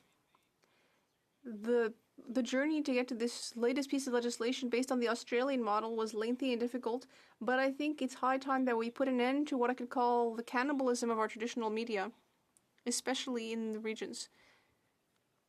When you're in a remote region like Abitibi-Témiscamingue, the Saguenay-Lac-Saint-Jean region, or others, there's a great deal of pressure on regional and local media because we're talking about huge areas. We have a point of order from the member for Perth Wellington. Mr. Speaker, good to see you in the chair, but we've lost quorum. Okay, I'll just consult with the table if you can just give me a quick second.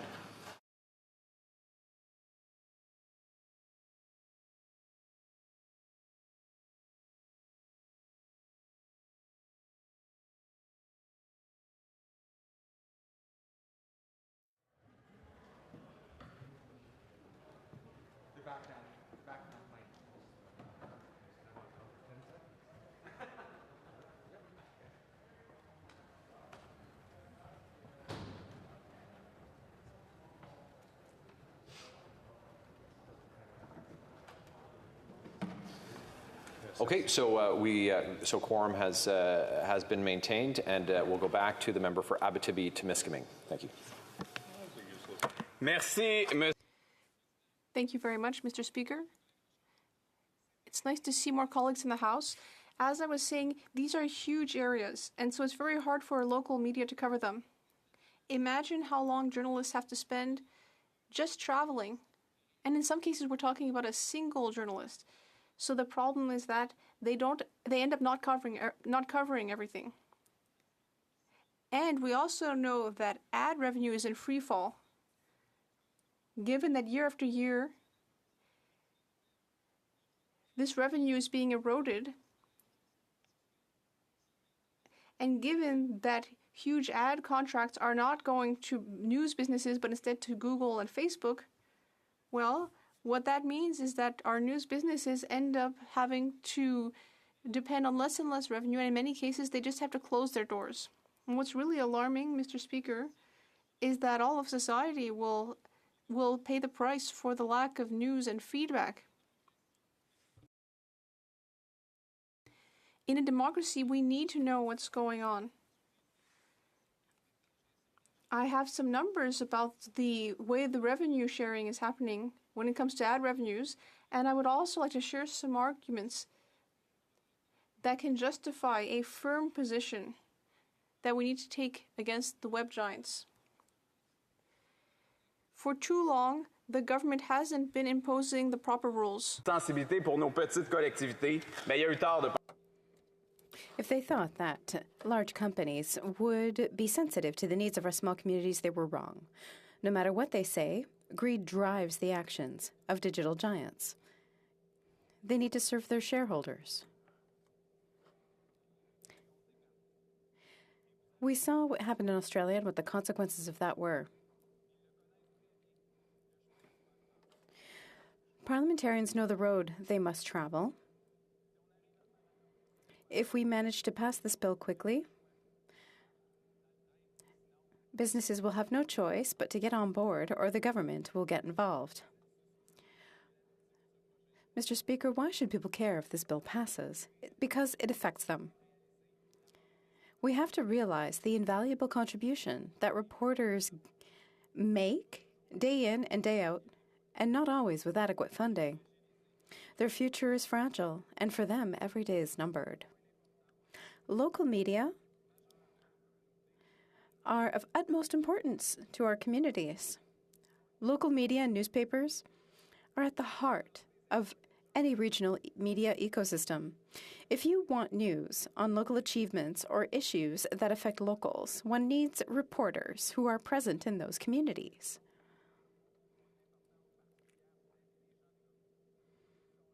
Let's say it. If news are distributed on GAFM platforms, it's because there's an interest in that content. GAFAMs are profiting unfairly from the people who write that news, and they exploit the news shamelessly. We have to draw a line. Playtime is over. GAFAMs don't have the same journalistic rigor. To maintain a healthy environment for diversity of opinion and the ability to discern truth from falsehood, we need to allow reporters to keep doing this work and allow the companies that hire them to regularly show us the results of this rigorous work everywhere, not just in major centers. I'm telling you, Mr. Speaker, it's not Facebook or Google that will send a reporter to cover Temiskaming Titans' Russell Cup win. It's CKVM. It's not Facebook or Google that's going to send a reporter to ask questions of municipal authorities about building an aquatic center. It's The Citizen for Rouyn-Noranda. Facebook or Google will not cover festivals in Amos. It's Media AT.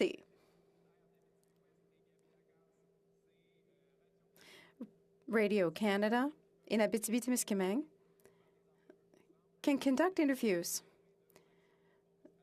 to ensure that parliamentarians remain accountable. The crisis of media in my region has hit written media in Abitibi-Témiscamingue hard.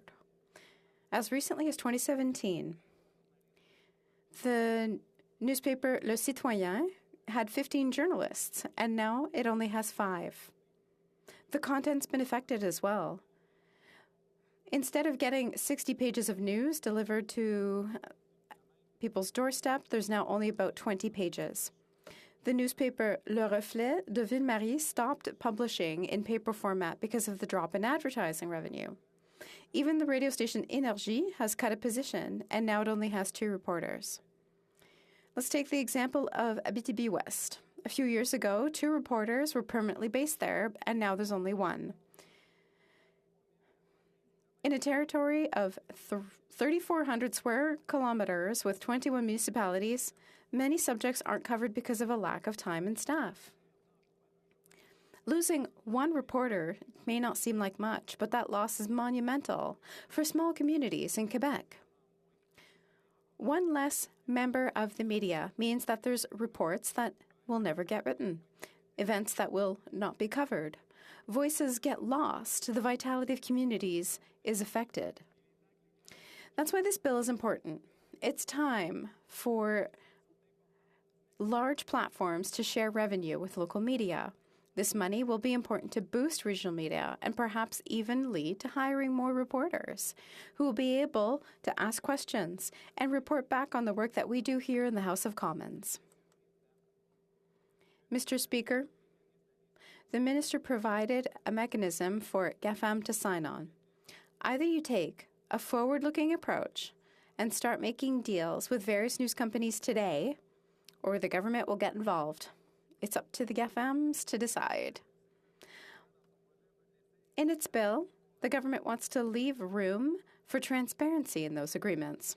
Once that's done, large platforms will establish agreements with the CRTC, who will then determine whether the following conditions are met. The agreements must provide fair compensation. A portion of compensation must be used for the production of local, regional, and national news content. Agreements guarantee freedom of expression. They contribute to the viability of the Canadian news market. They ensure support for local independent news and reflect Canadian diversity. We also hope that Quebec's linguistic and cultural diversity will be reflected. If you look at the eligibility criteria for news organizations, only those designated as qualified Canadian news organizations under subsection 248(1) of the Income Tax Act will be able to receive compensation. There's also companies that are not Canadian-owned that meet similar criteria and will be eligible. The requirement to have 2 reporters is a hindrance for some of the more isolated communities in Quebec. Some very local media sources rely on a single person to produce their news, and they would not be eligible for the program right now.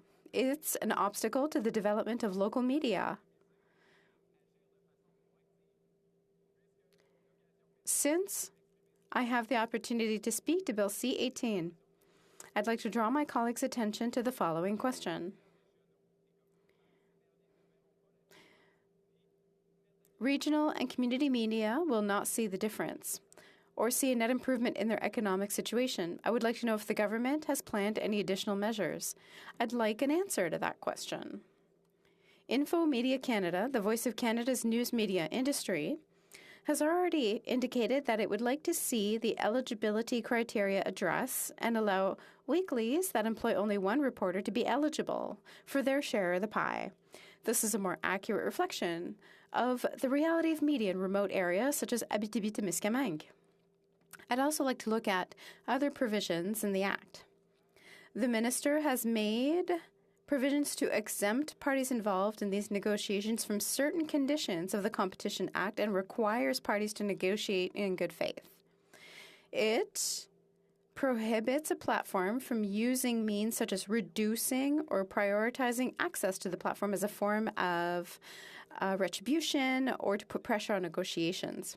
It allows news companies to file complaints against large companies with the CRTC if they observe such behavior. And there are penalties and fines that could be levied against various entities subject to C-18. The Bloc Québécois will vote in favor of this bill, of course. This bill, like the Broadcasting Act, C-11, has been expected for years. When I read C-18, it was still unclear how various media industry groups would receive it. Our discussions are ongoing, and they will certainly have ideas to improve the bill.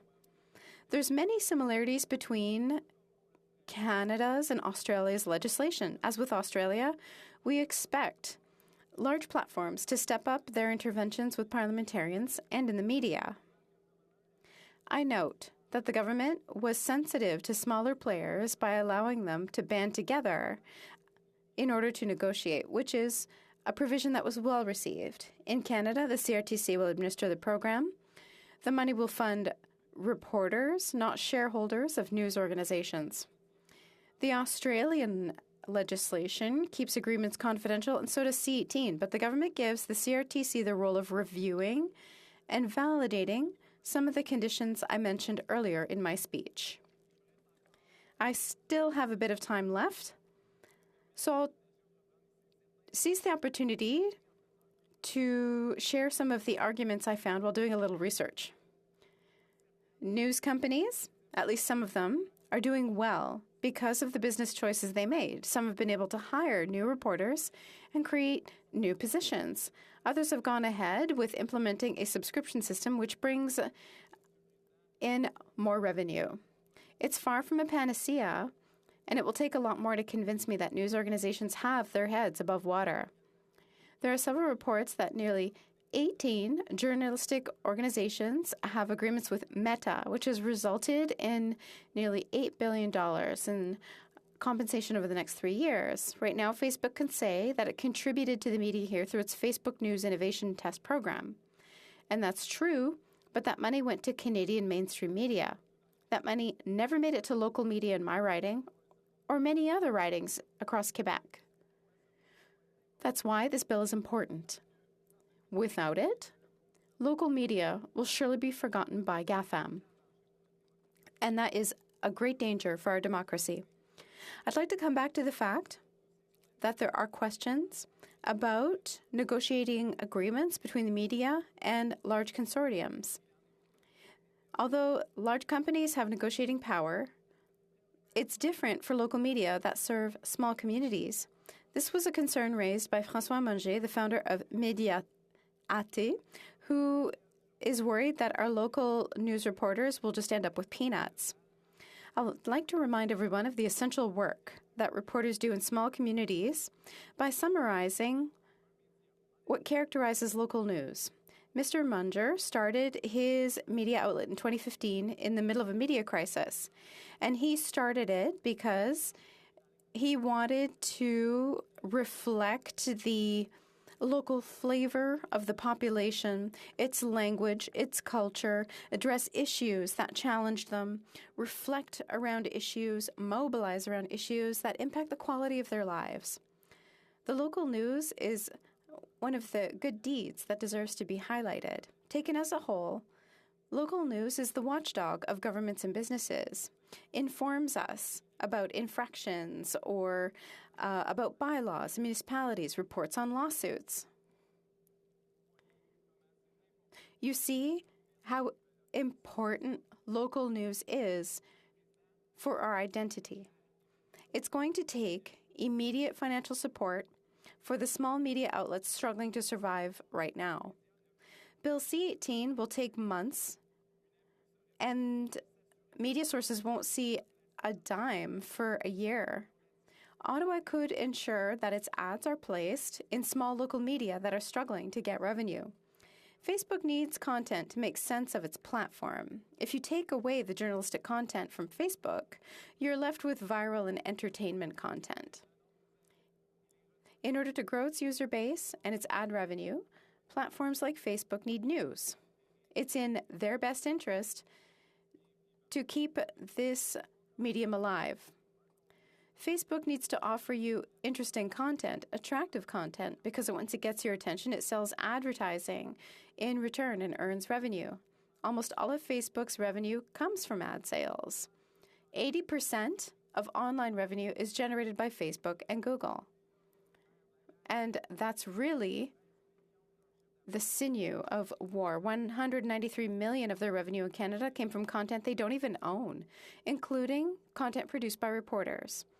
That's probably the amount of compensation that would go back to our news companies. To conclude, Mr. Speaker, C-18 is one of 3 bills from the government that address the modernization of our communications and represents a response to the dominance of multinationals. It brings the media industry back to its core identity and supports industries that are at the heart of democracy. The work is far from over. The government has chosen the path of taking small steps. Monitoring will be done by the Bloc Québécois, and we look forward to the many proposals from the Bloc Québécois that came from our electoral platform and that I must say that I remain accountable to, specifically through local and regional media sources. Thank you. Commentaire, questions and comments. The Honourable Member for Perth Wellington. Merci beaucoup, Monsieur le Président. Et je voudrais... Thank you very much, Mr. Speaker. I'd like to thank the Honourable Member for Abitibi-Témiscamingue for his speech. If I understood his comments correctly, the Bloc Québécois will vote in favor of this bill. Nonetheless, they do have some concerns. The Conservative Party has the same concerns when it comes to small businesses and small newspapers in our communities that don't have the same networks that big businesses do. Businesses who have already signed agreements with Facebook and Google. I would like to hear my colleagues comment about these small businesses, small newspapers in our communities that do a great deal of work for our communities and for our democracy. Thank you very much.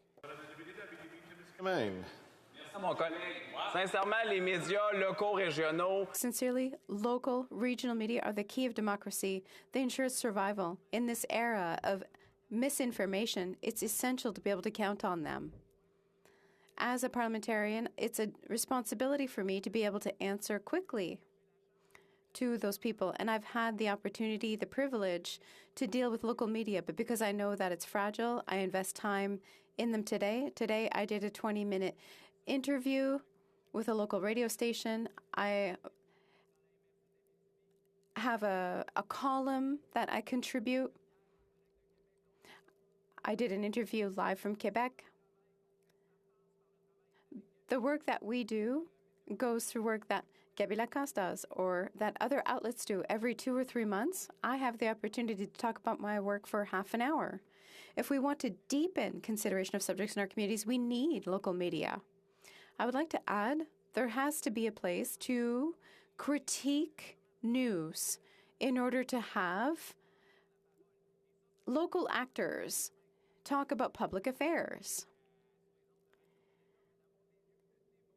Of course, we hear news on Radio Canada, but we need to also have debate. We need to have exchanges.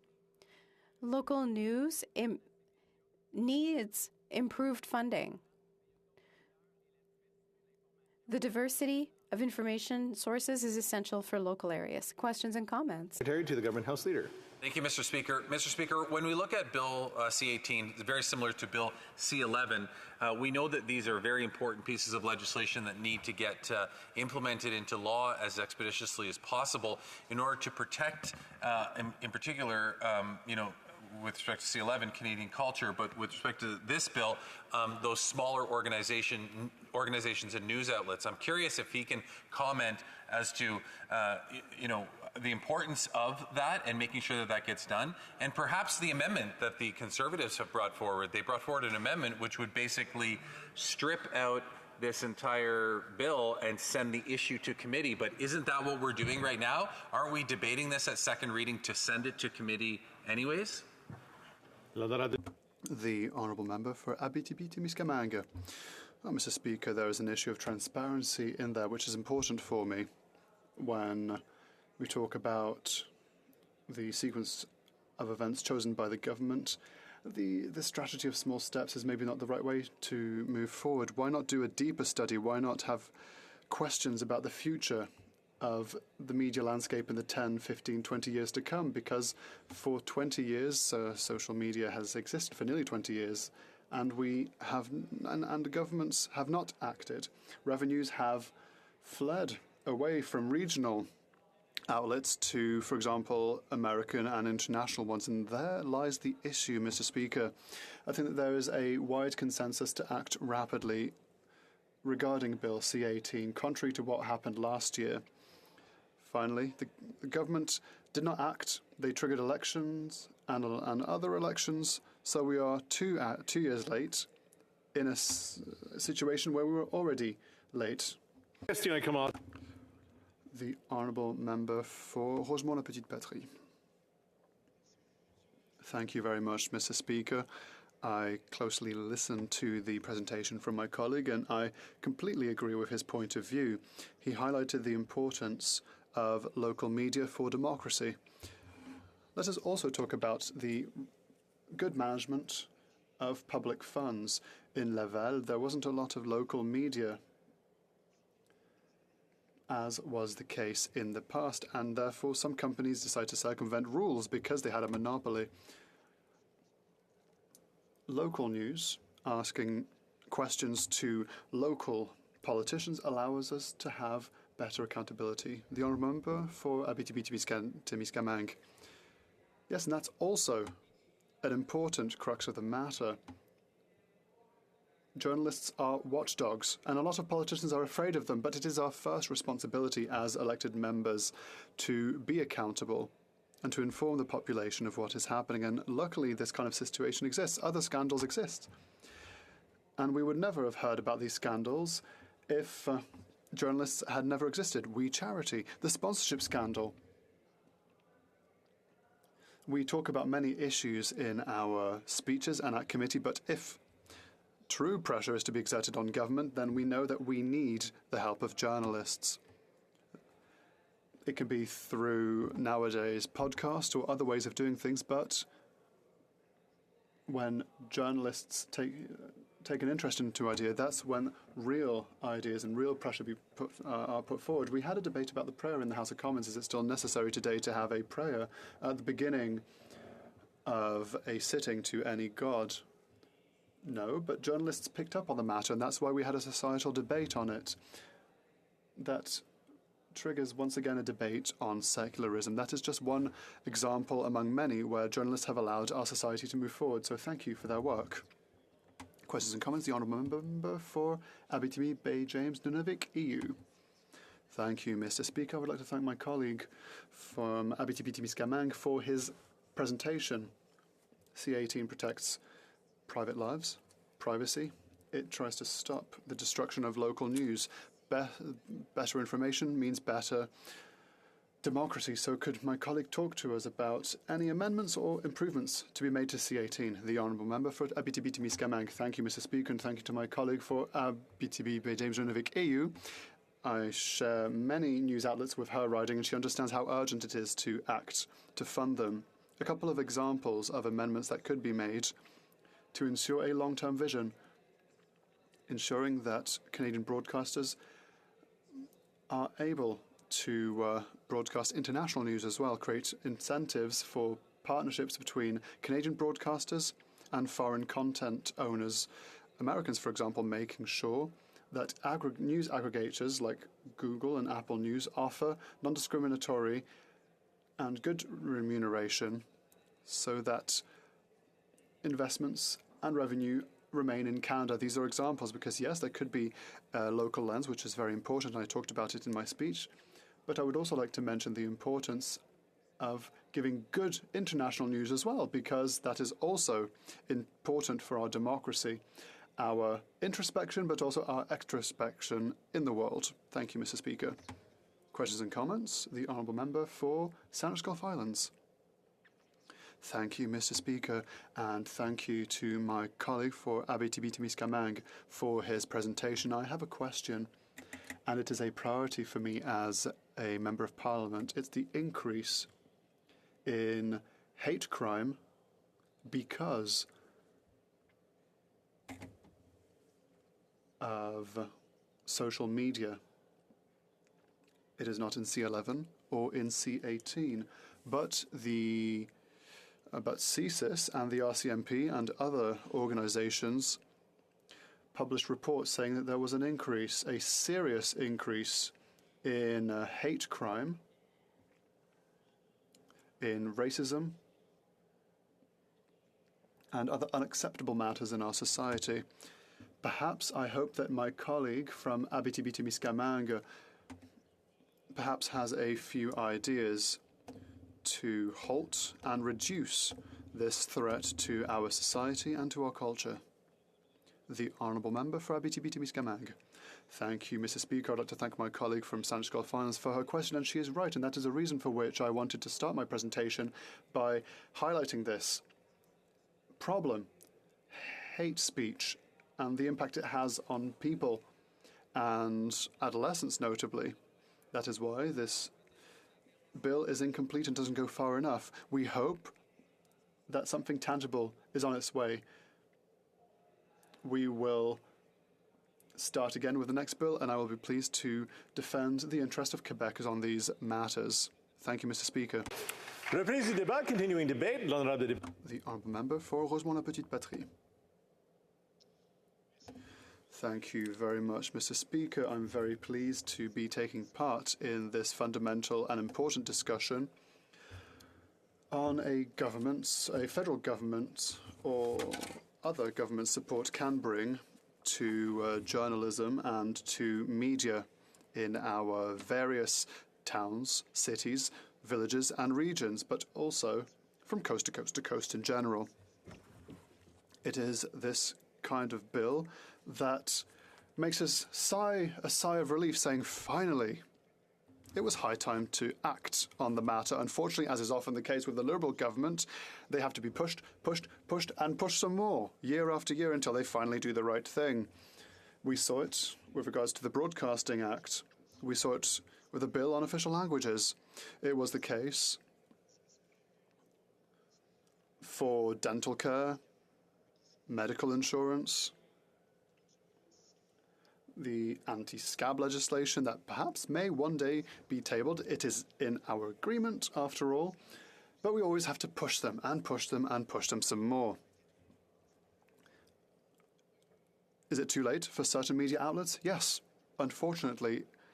And now there's some furious backpedaling to try and save whatever is remaining. This bill is the right thing to do, to go in the right direction, to try and help this essential pillar of our democracy, namely national and regional and local media. Unfortunately, however, this situation was highlighted years ago. The crisis is not new. News outlet after news outlet has been lost. Jobs upon jobs have been lost. This has real impacts. Democracy doesn't work without this counterweight. Professional independent news outlets. And we'll talk more about what is media, what is a journalist, and what is real journalism, and what is simple propaganda or misinformation. We are always told that there are three big pillars: the executive, the legislative, and the judiciary. But let us not forget the fourth pillar, the counter pillar, if you will, which is journalism. Without them, there is no democracy. We have to highlight this at the very beginning of our discussion to keep it in mind so we know what we are talking about, to understand why it is so important to ensure that web giants that are predators, journalistic predators, vultures, if you will, voracious vultures,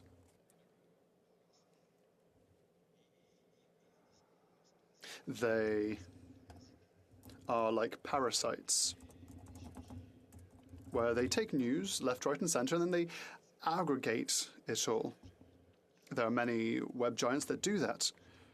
They pillage, literally pillage, real journalistic work, real articles, real news, and then they just put that on their aggregate page. And then people click, which makes them a lot of money. And they don't pay for this. It's almost stealing work for free.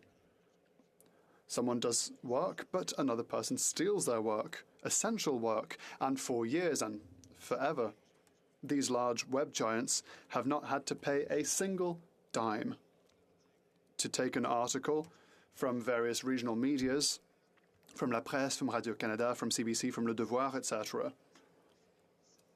Then they just slap it on the aggregator. They did nothing. They do not even have a newsroom. They steal the work of others without any compensation. So at least C18 starts tackling the matter and brings, I would say, a step in the right direction. It's not a perfect bill. It's not the best it could be. It could be perfected, but it's at least a step in the right direction towards a solution. And I believe that it is important as parliamentarians for us to study the matter, for us to think about these issues, for us to examine what we can do to improve the situation in order to preserve our Quebec and Canadian democracy, to preserve this counter pillar, as I mentioned earlier, to have jobs, workers who are specialists, journalists who will search, who will discover, who will sometimes contradict us as parliamentarians. Perhaps sometimes they'll put a bit of pressure on us, on the government, on the opposition, but that's what it should be like. Unfortunately, we are in an ecosystem where selling news is not the most viable and lucrative thing in the world. So we saw this whiling away of newsrooms that asked real questions, discovered real news in politics, but also with regard to the economy, to society, to culture, etc. And I believe that the government should have acted. For the NDP, it has been years since we started saying we have to act, we have to support newsrooms, we have to support these companies, and we have to continue working towards a good balance between aggregators and real journalists, because aggregators do absolutely no work, no effort at all. And on the other side, there are people who are fighting to simply make ends meet, the people who are actually asking the right questions and who make society progress in the right direction. We have talked a lot about local and regional news, and this is a fundamental aspect of it all. I asked a question to the member for the Bloc Québécois a few minutes ago. The example that strikes at my very heart is one that has to do with Laval. For many years, Laval did not have a real newsroom, real media that could cover municipal politics in Laval. Laval isn't far enough from Montreal to have its own news ecosystem, its own newsrooms, its own weekly publications, but it's not close enough to Montreal for Montreal to care about poor Laval. So for many years, municipal politics in Laval wasn't really covered by anyone, which allowed a certain mayor who was convicted, and we know what happens afterwards, but Gilles Vaillancourt was able to embezzle money to commit fraud to the benefit of him, his family, and his friends. Why? Because there was almost no political opposition and there was no media oversight, no newspapers that were strong enough, as independent enough to challenge this, to examine what was happening when it came to contract acquisition, contract granting, tendering in Laval.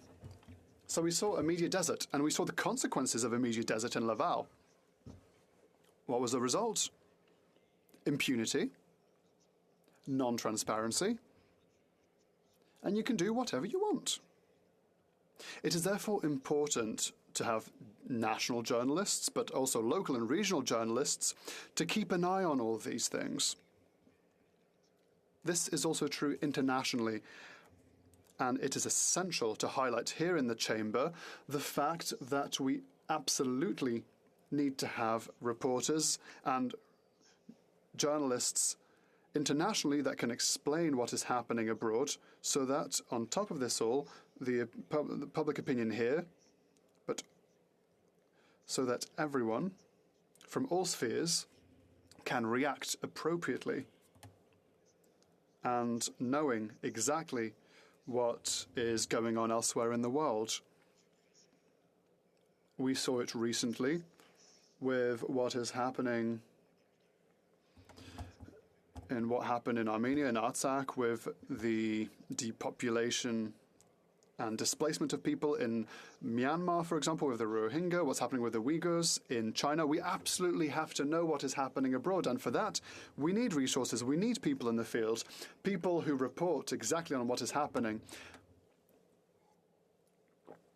And I would like to take 2 seconds, and I'm slightly biased to Mr. Speaker, please forgive me, but there's a lot of work happening abroad. Radio-Canada has an amazing team. CBC has an amazing team abroad. I can't quote them all and name them all, but they do exceptional work. I tip my hat to them. And there are many people in Canada who recognize how important it is to have these people abroad who observe what is happening, who analyze and report on what's happening abroad. Marie-Ève Bédard, for example, Tamara Altresco, Annick Perrault, Jean-François Bélanger, and many others who day in, day out are our eyes, our ears on what is happening abroad, in Europe, for example, in the Middle East, in Asia. Their work is absolutely essential for our comprehension of the world. While we're on the matter of what is happening abroad and journalism abroad, and coming back to what I was talking about, accountability and responsibility, I would like to take the opportunity of this speaking time to condemn the assassinate of the Palestinian journalist Shirin Abu Akleh, who was killed whilst she was doing a news report on an Israeli army operation. She had a helmet on, she had a bulletproof vest on, and on that bulletproof vest it was written press. It was eminently clear that she was a journalist. Shirin Abu Akleh was an Al Jazeera journalist for years, a star journalist, an excellent journalist who was simply shot down. The NDP and many of my colleagues agree with our position. We strongly condemn this murder, the fact that she was simply gunned down, and we want there to be an independent investigation to figure out exactly what happened and to figure out who is responsible for this act. There are many witnesses in the field.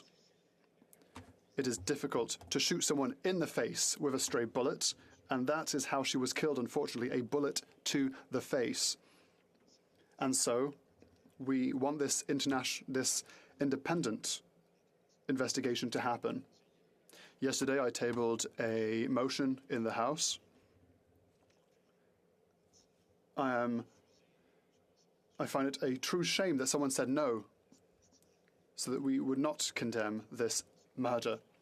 I think that it would be the least to do to have an independent investigation. Her family is mourning. They were in her parents' home, and Israeli forces arrived and abused them and ripped down Palestinian flags when people had just learnt the death of their daughter, the death of their sister, the death of their niece, their cousin, their friend. This is absolutely abhorrent, Mr. Speaker. Today, we saw new images, extremely troubling images, of the funeral for Shirin Abu Akleh, where Israeli troops rushed with batons and weapons against people who were holding the journalists. They hit people, they rushed people, they nearly made the coffin fall to the ground. That is simply indecent. Not only was she killed, we need to know by who. We want there to be an independent investigation, but on top of that, then they storm the parents' house. Then after that, they rush and attack people who are here simply to inhume her into the ground. This is just incredible. So who's responsible for all of this? Who gave the order to assault people who were simply mourning? The family, friends of this journalist who had just been killed while she was just doing her job. There are many questions to ask. There are many questions to ask on the safety of journalists and security of journalists throughout the world, on their capacity to do their job. But here, in the occupied, illegally occupied Palestinian lands, there are also many questions to be asked about the possibility for journalists, Palestinian or otherwise, to actually do their job safely in order to report on the facts, to report on what is happening there. The consequences of the military occupation, the fact that houses are being destroyed, land is being stolen, illegal settlements are being created at high speed, with millions of new houses being built in the West Bank, in the occupied territories, against United Nations resolutions. We need people there to be able to tell us what's happening on the ground. But if they get killed, there's no one left to tell us what's happening. We'll only have the official government version left. That's not what we want. Journalists have died in Ukraine due to Putin's invasion. He has killed journalists and political opponents within his country, and he has also been killing journalists in Ukraine. We denounce all of those killings extremely strongly. Everyone must do so. Everyone has been denouncing it in Ukraine, yes, but when it comes to this Palestinian journalist, there's been silence. We need to be fair. We need to be consistent. Journalism is important everywhere. In Ukraine, in Russia, in Palestine, in Israel, in Yemen, in Saudi Arabia, in the US, in Europe, in Canada, in Quebec, everywhere.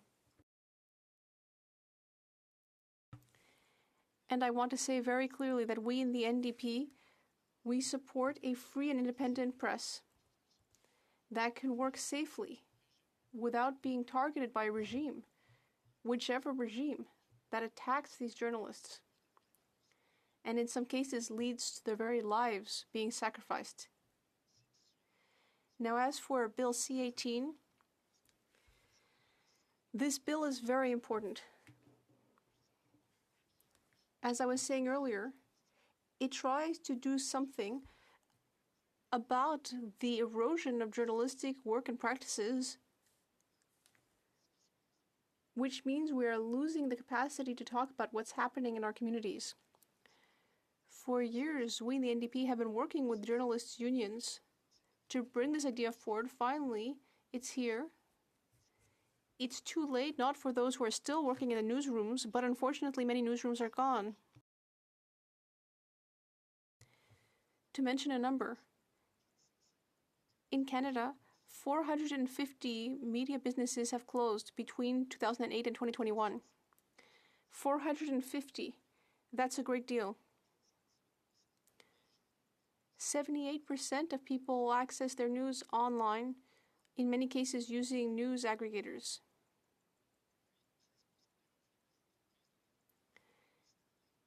And 13% of revenues come from online advertising.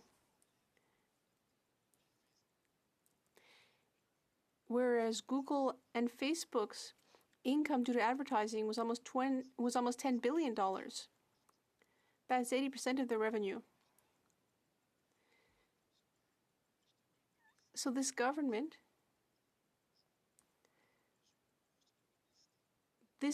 for years has been purchasing ads from Facebook and Google rather than regional companies. So not only is it not supporting journalism, but public funds were going to support these big foreign companies, often American. It's extremely unfortunate. So the federal government has doubly harmed newsrooms. It has been letting them disappear little by little because of the decrease in revenues that they're experiencing. And then in addition to that, it wasn't helping them through ad purchases either. Because we know that our subscriptions or buying a newspaper aren't enough to make the newspaper profitable. It's the ad revenue. But now all of the ad revenue is going elsewhere. It's not going to local radio.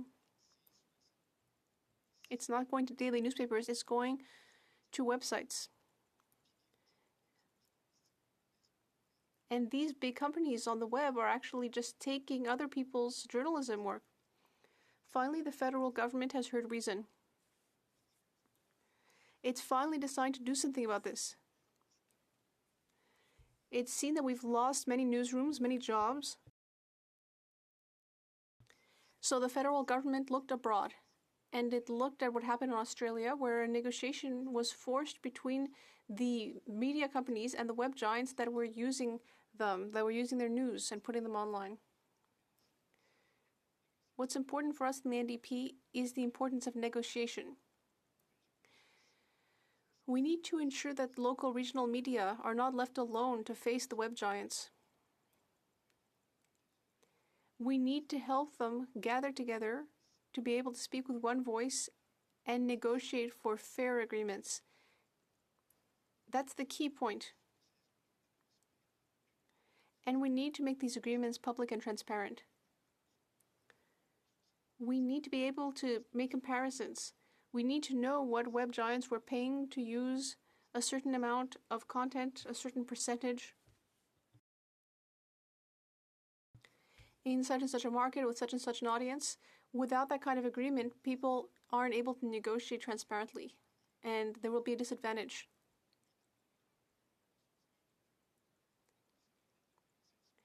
So we need to ensure that there can be collective bargaining. We need to ensure that things are fair and transparent.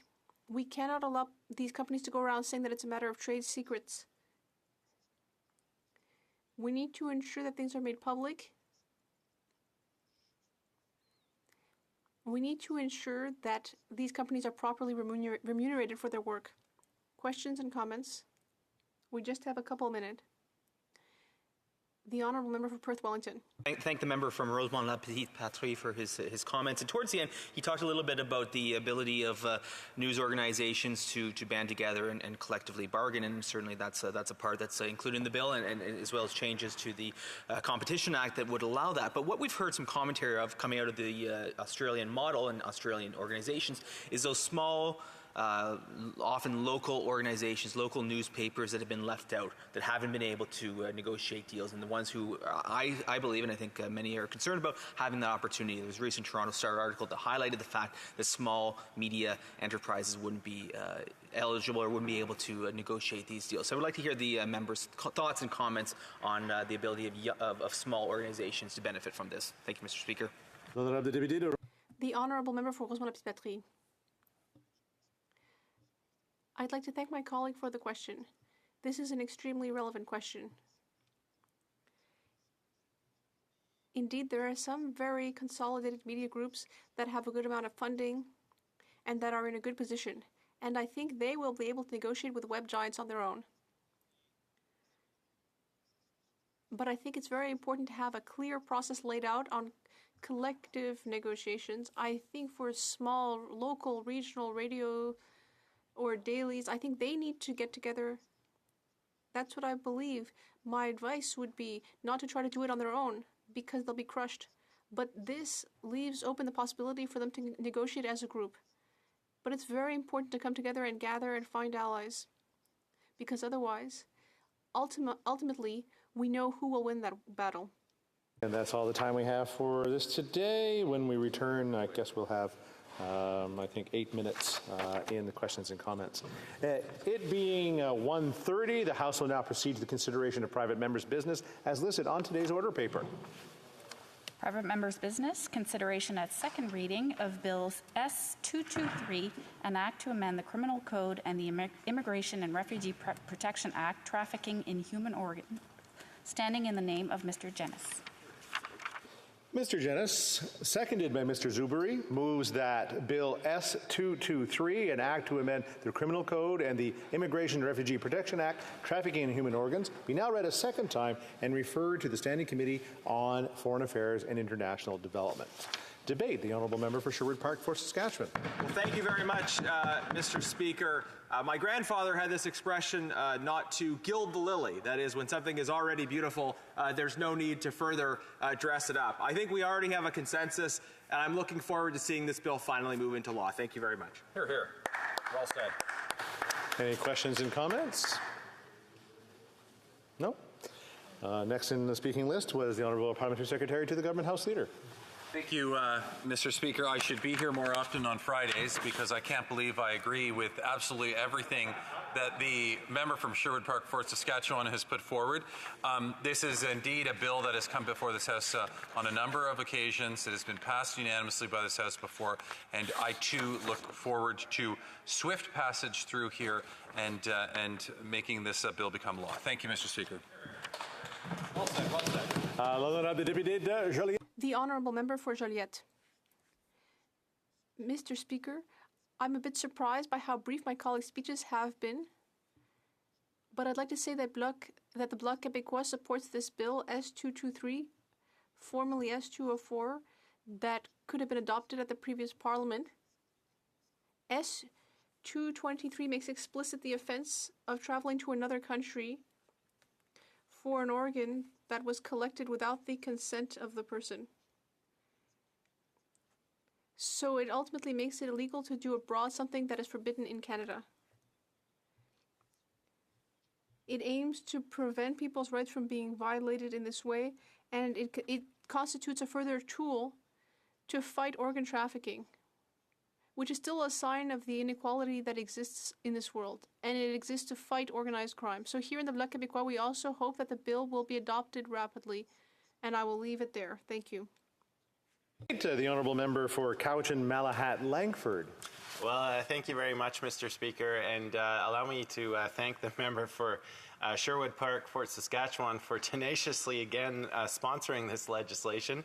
He should get an award for the number of times he's appeared on this very same bill. But yes, you know, we all, I think, in this House recognize the importance of this bill. We've had several parliaments debate it. I don't think there is any argument that this kind of an amendment is necessary to the Criminal Code and to the Immigration, Refugee and Protection Act. I did have a number of comments that I wanted to make, but I think in the spirit of what has already been said today, Mr. Speaker, I will just conclude by saying that the NDP absolutely does support this legislation. It is a shame that we didn't see the former Bill S-240 pass through the 42nd Parliament quickly.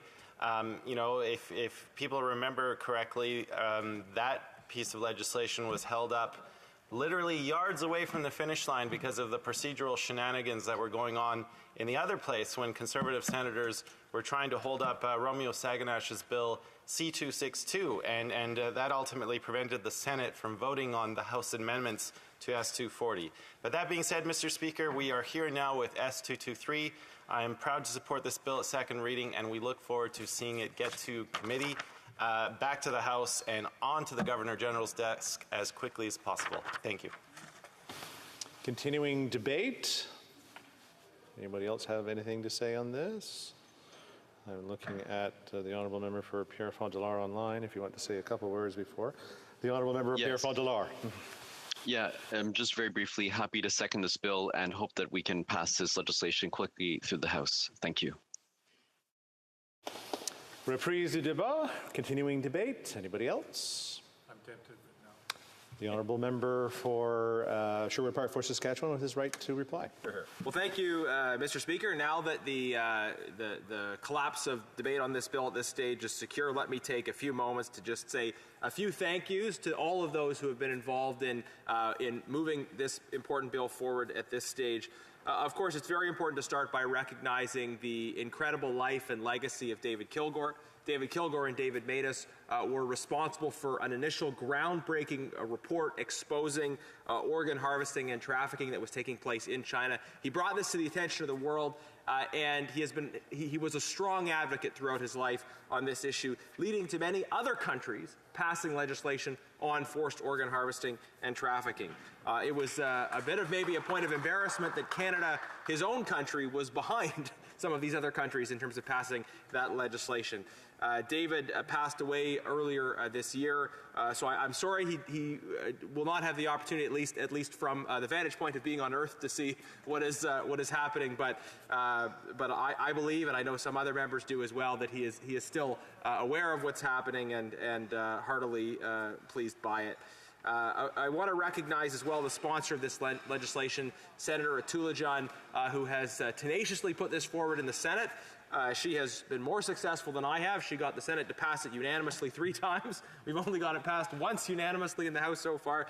But as members know, the legislative process is it has to pass in the same form in both houses in the same parliament. So it's passed in slightly different forms in different parliaments, but this is the same form of the bill that passed in a previous parliament. It has passed the Senate. So I think we can get it done, hopefully without amendment, because if we amend it, it has to go back to the Senate again, and we're into this whole procedure again. So hopefully the Foreign Affairs Committee will be able to pass it without amendment, and I want to recognize Senator Atulajan for her tenacious work on it. I think it's very important to acknowledge the communities that have been advocating on this. Members are aware that I have often tabled petitions, and other members have tabled petitions on Bill S-223. It's not just my office staff sitting there signing the same petition over and over again. It is members of the community who go out and collect these signatures. I know the Falun Gong community has been so active in advocating on this. Falun Gong practitioners in Canada standing with members of their community who face organ harvesting and trafficking in China. We've seen an increase, I think, in other communities being targeted. Uyghurs, for example, being victims of forced organ harvesting and trafficking, and I want to recognize the advocacy of the Uyghur community and so many other Canadians, people from the medical profession, students, people from all walks of life, whether they or their communities are directly impacted by organ harvesting or not, who have stepped forward to be a part of these efforts and a part of this advocacy. I'm also going to mention that apparently it's Trevor's birthday, who is a staff member who, on the Liberal side, played an important role in helping us move this forward as well. So I think it's important to recognize all of the staff that are involved in supporting our work here, and to wish Trevor, who I have never met in person, but I'm sure he's a lovely fellow, to wish him a very happy birthday. Mr. Speaker, it is so heartening that we have these moments in the House of Commons when we can come together across party lines in defense of justice and human rights. Sometimes the rancor that exists on other issues gets in the way of us working together. I'm a big believer that it's okay to fight hard when you disagree, but it's important to be able to bracket those fights and work together on issues where you do agree. And that's exactly what we're trying to do with this piece of legislation. And we do so because in these moments when we think about the victims, when we think about people who have suffered horribly as a result of forced organ harvesting and trafficking, I think there's an imperative for us to put aside whatever we might feel towards each other some of the times and say, people who are suffering, victims who need our defense and support are far more important than anything else that is going on. So I want to thank all of the members who are part of this effort. It's not done yet. We're going to go to committee, hopefully get it passed very quickly at committee, then send it back here without amendment for third reading, and finally have a law in Canada that makes it a criminal offense for a person to go abroad and receive an organ without consent. I will continue tabling petitions until we get it passed. But when this bill is passed, I commit to stopping at that point and tabling petitions only on other topics. Thank you very much. Thank the member for his intervention. The first thing I ever said in this House of Commons was one of his petitions, so it's good to see. Mr. Genis, seconded by Mr. Zuberi, move that Bill S-223, an act to amend the Criminal Code and the Immigration and Refugee Protection Act, trafficking in human organs, be now read a second time and referred to the Standing Committee on Foreign Affairs and International Development. If a member of a recognized party present in the House wishes to request a recorded division or the motion be adopted, I would invite them to rise and indicate it to the chair. The Honourable Government, we'll try that again, Parliamentary Secretary, the Government House Leader. Whoever I am. I would request a recorded division, Mr. Speaker. Pursuant to order made on Thursday, November 25, 2021, the division stands deferred until Wednesday, May 18, 2022, at the expiry of the time provided for oral questions. It being 1340, there is no other business before the House. The House stands adjourned until Monday at 11 a.m. pursuant to Standing Order 24-1.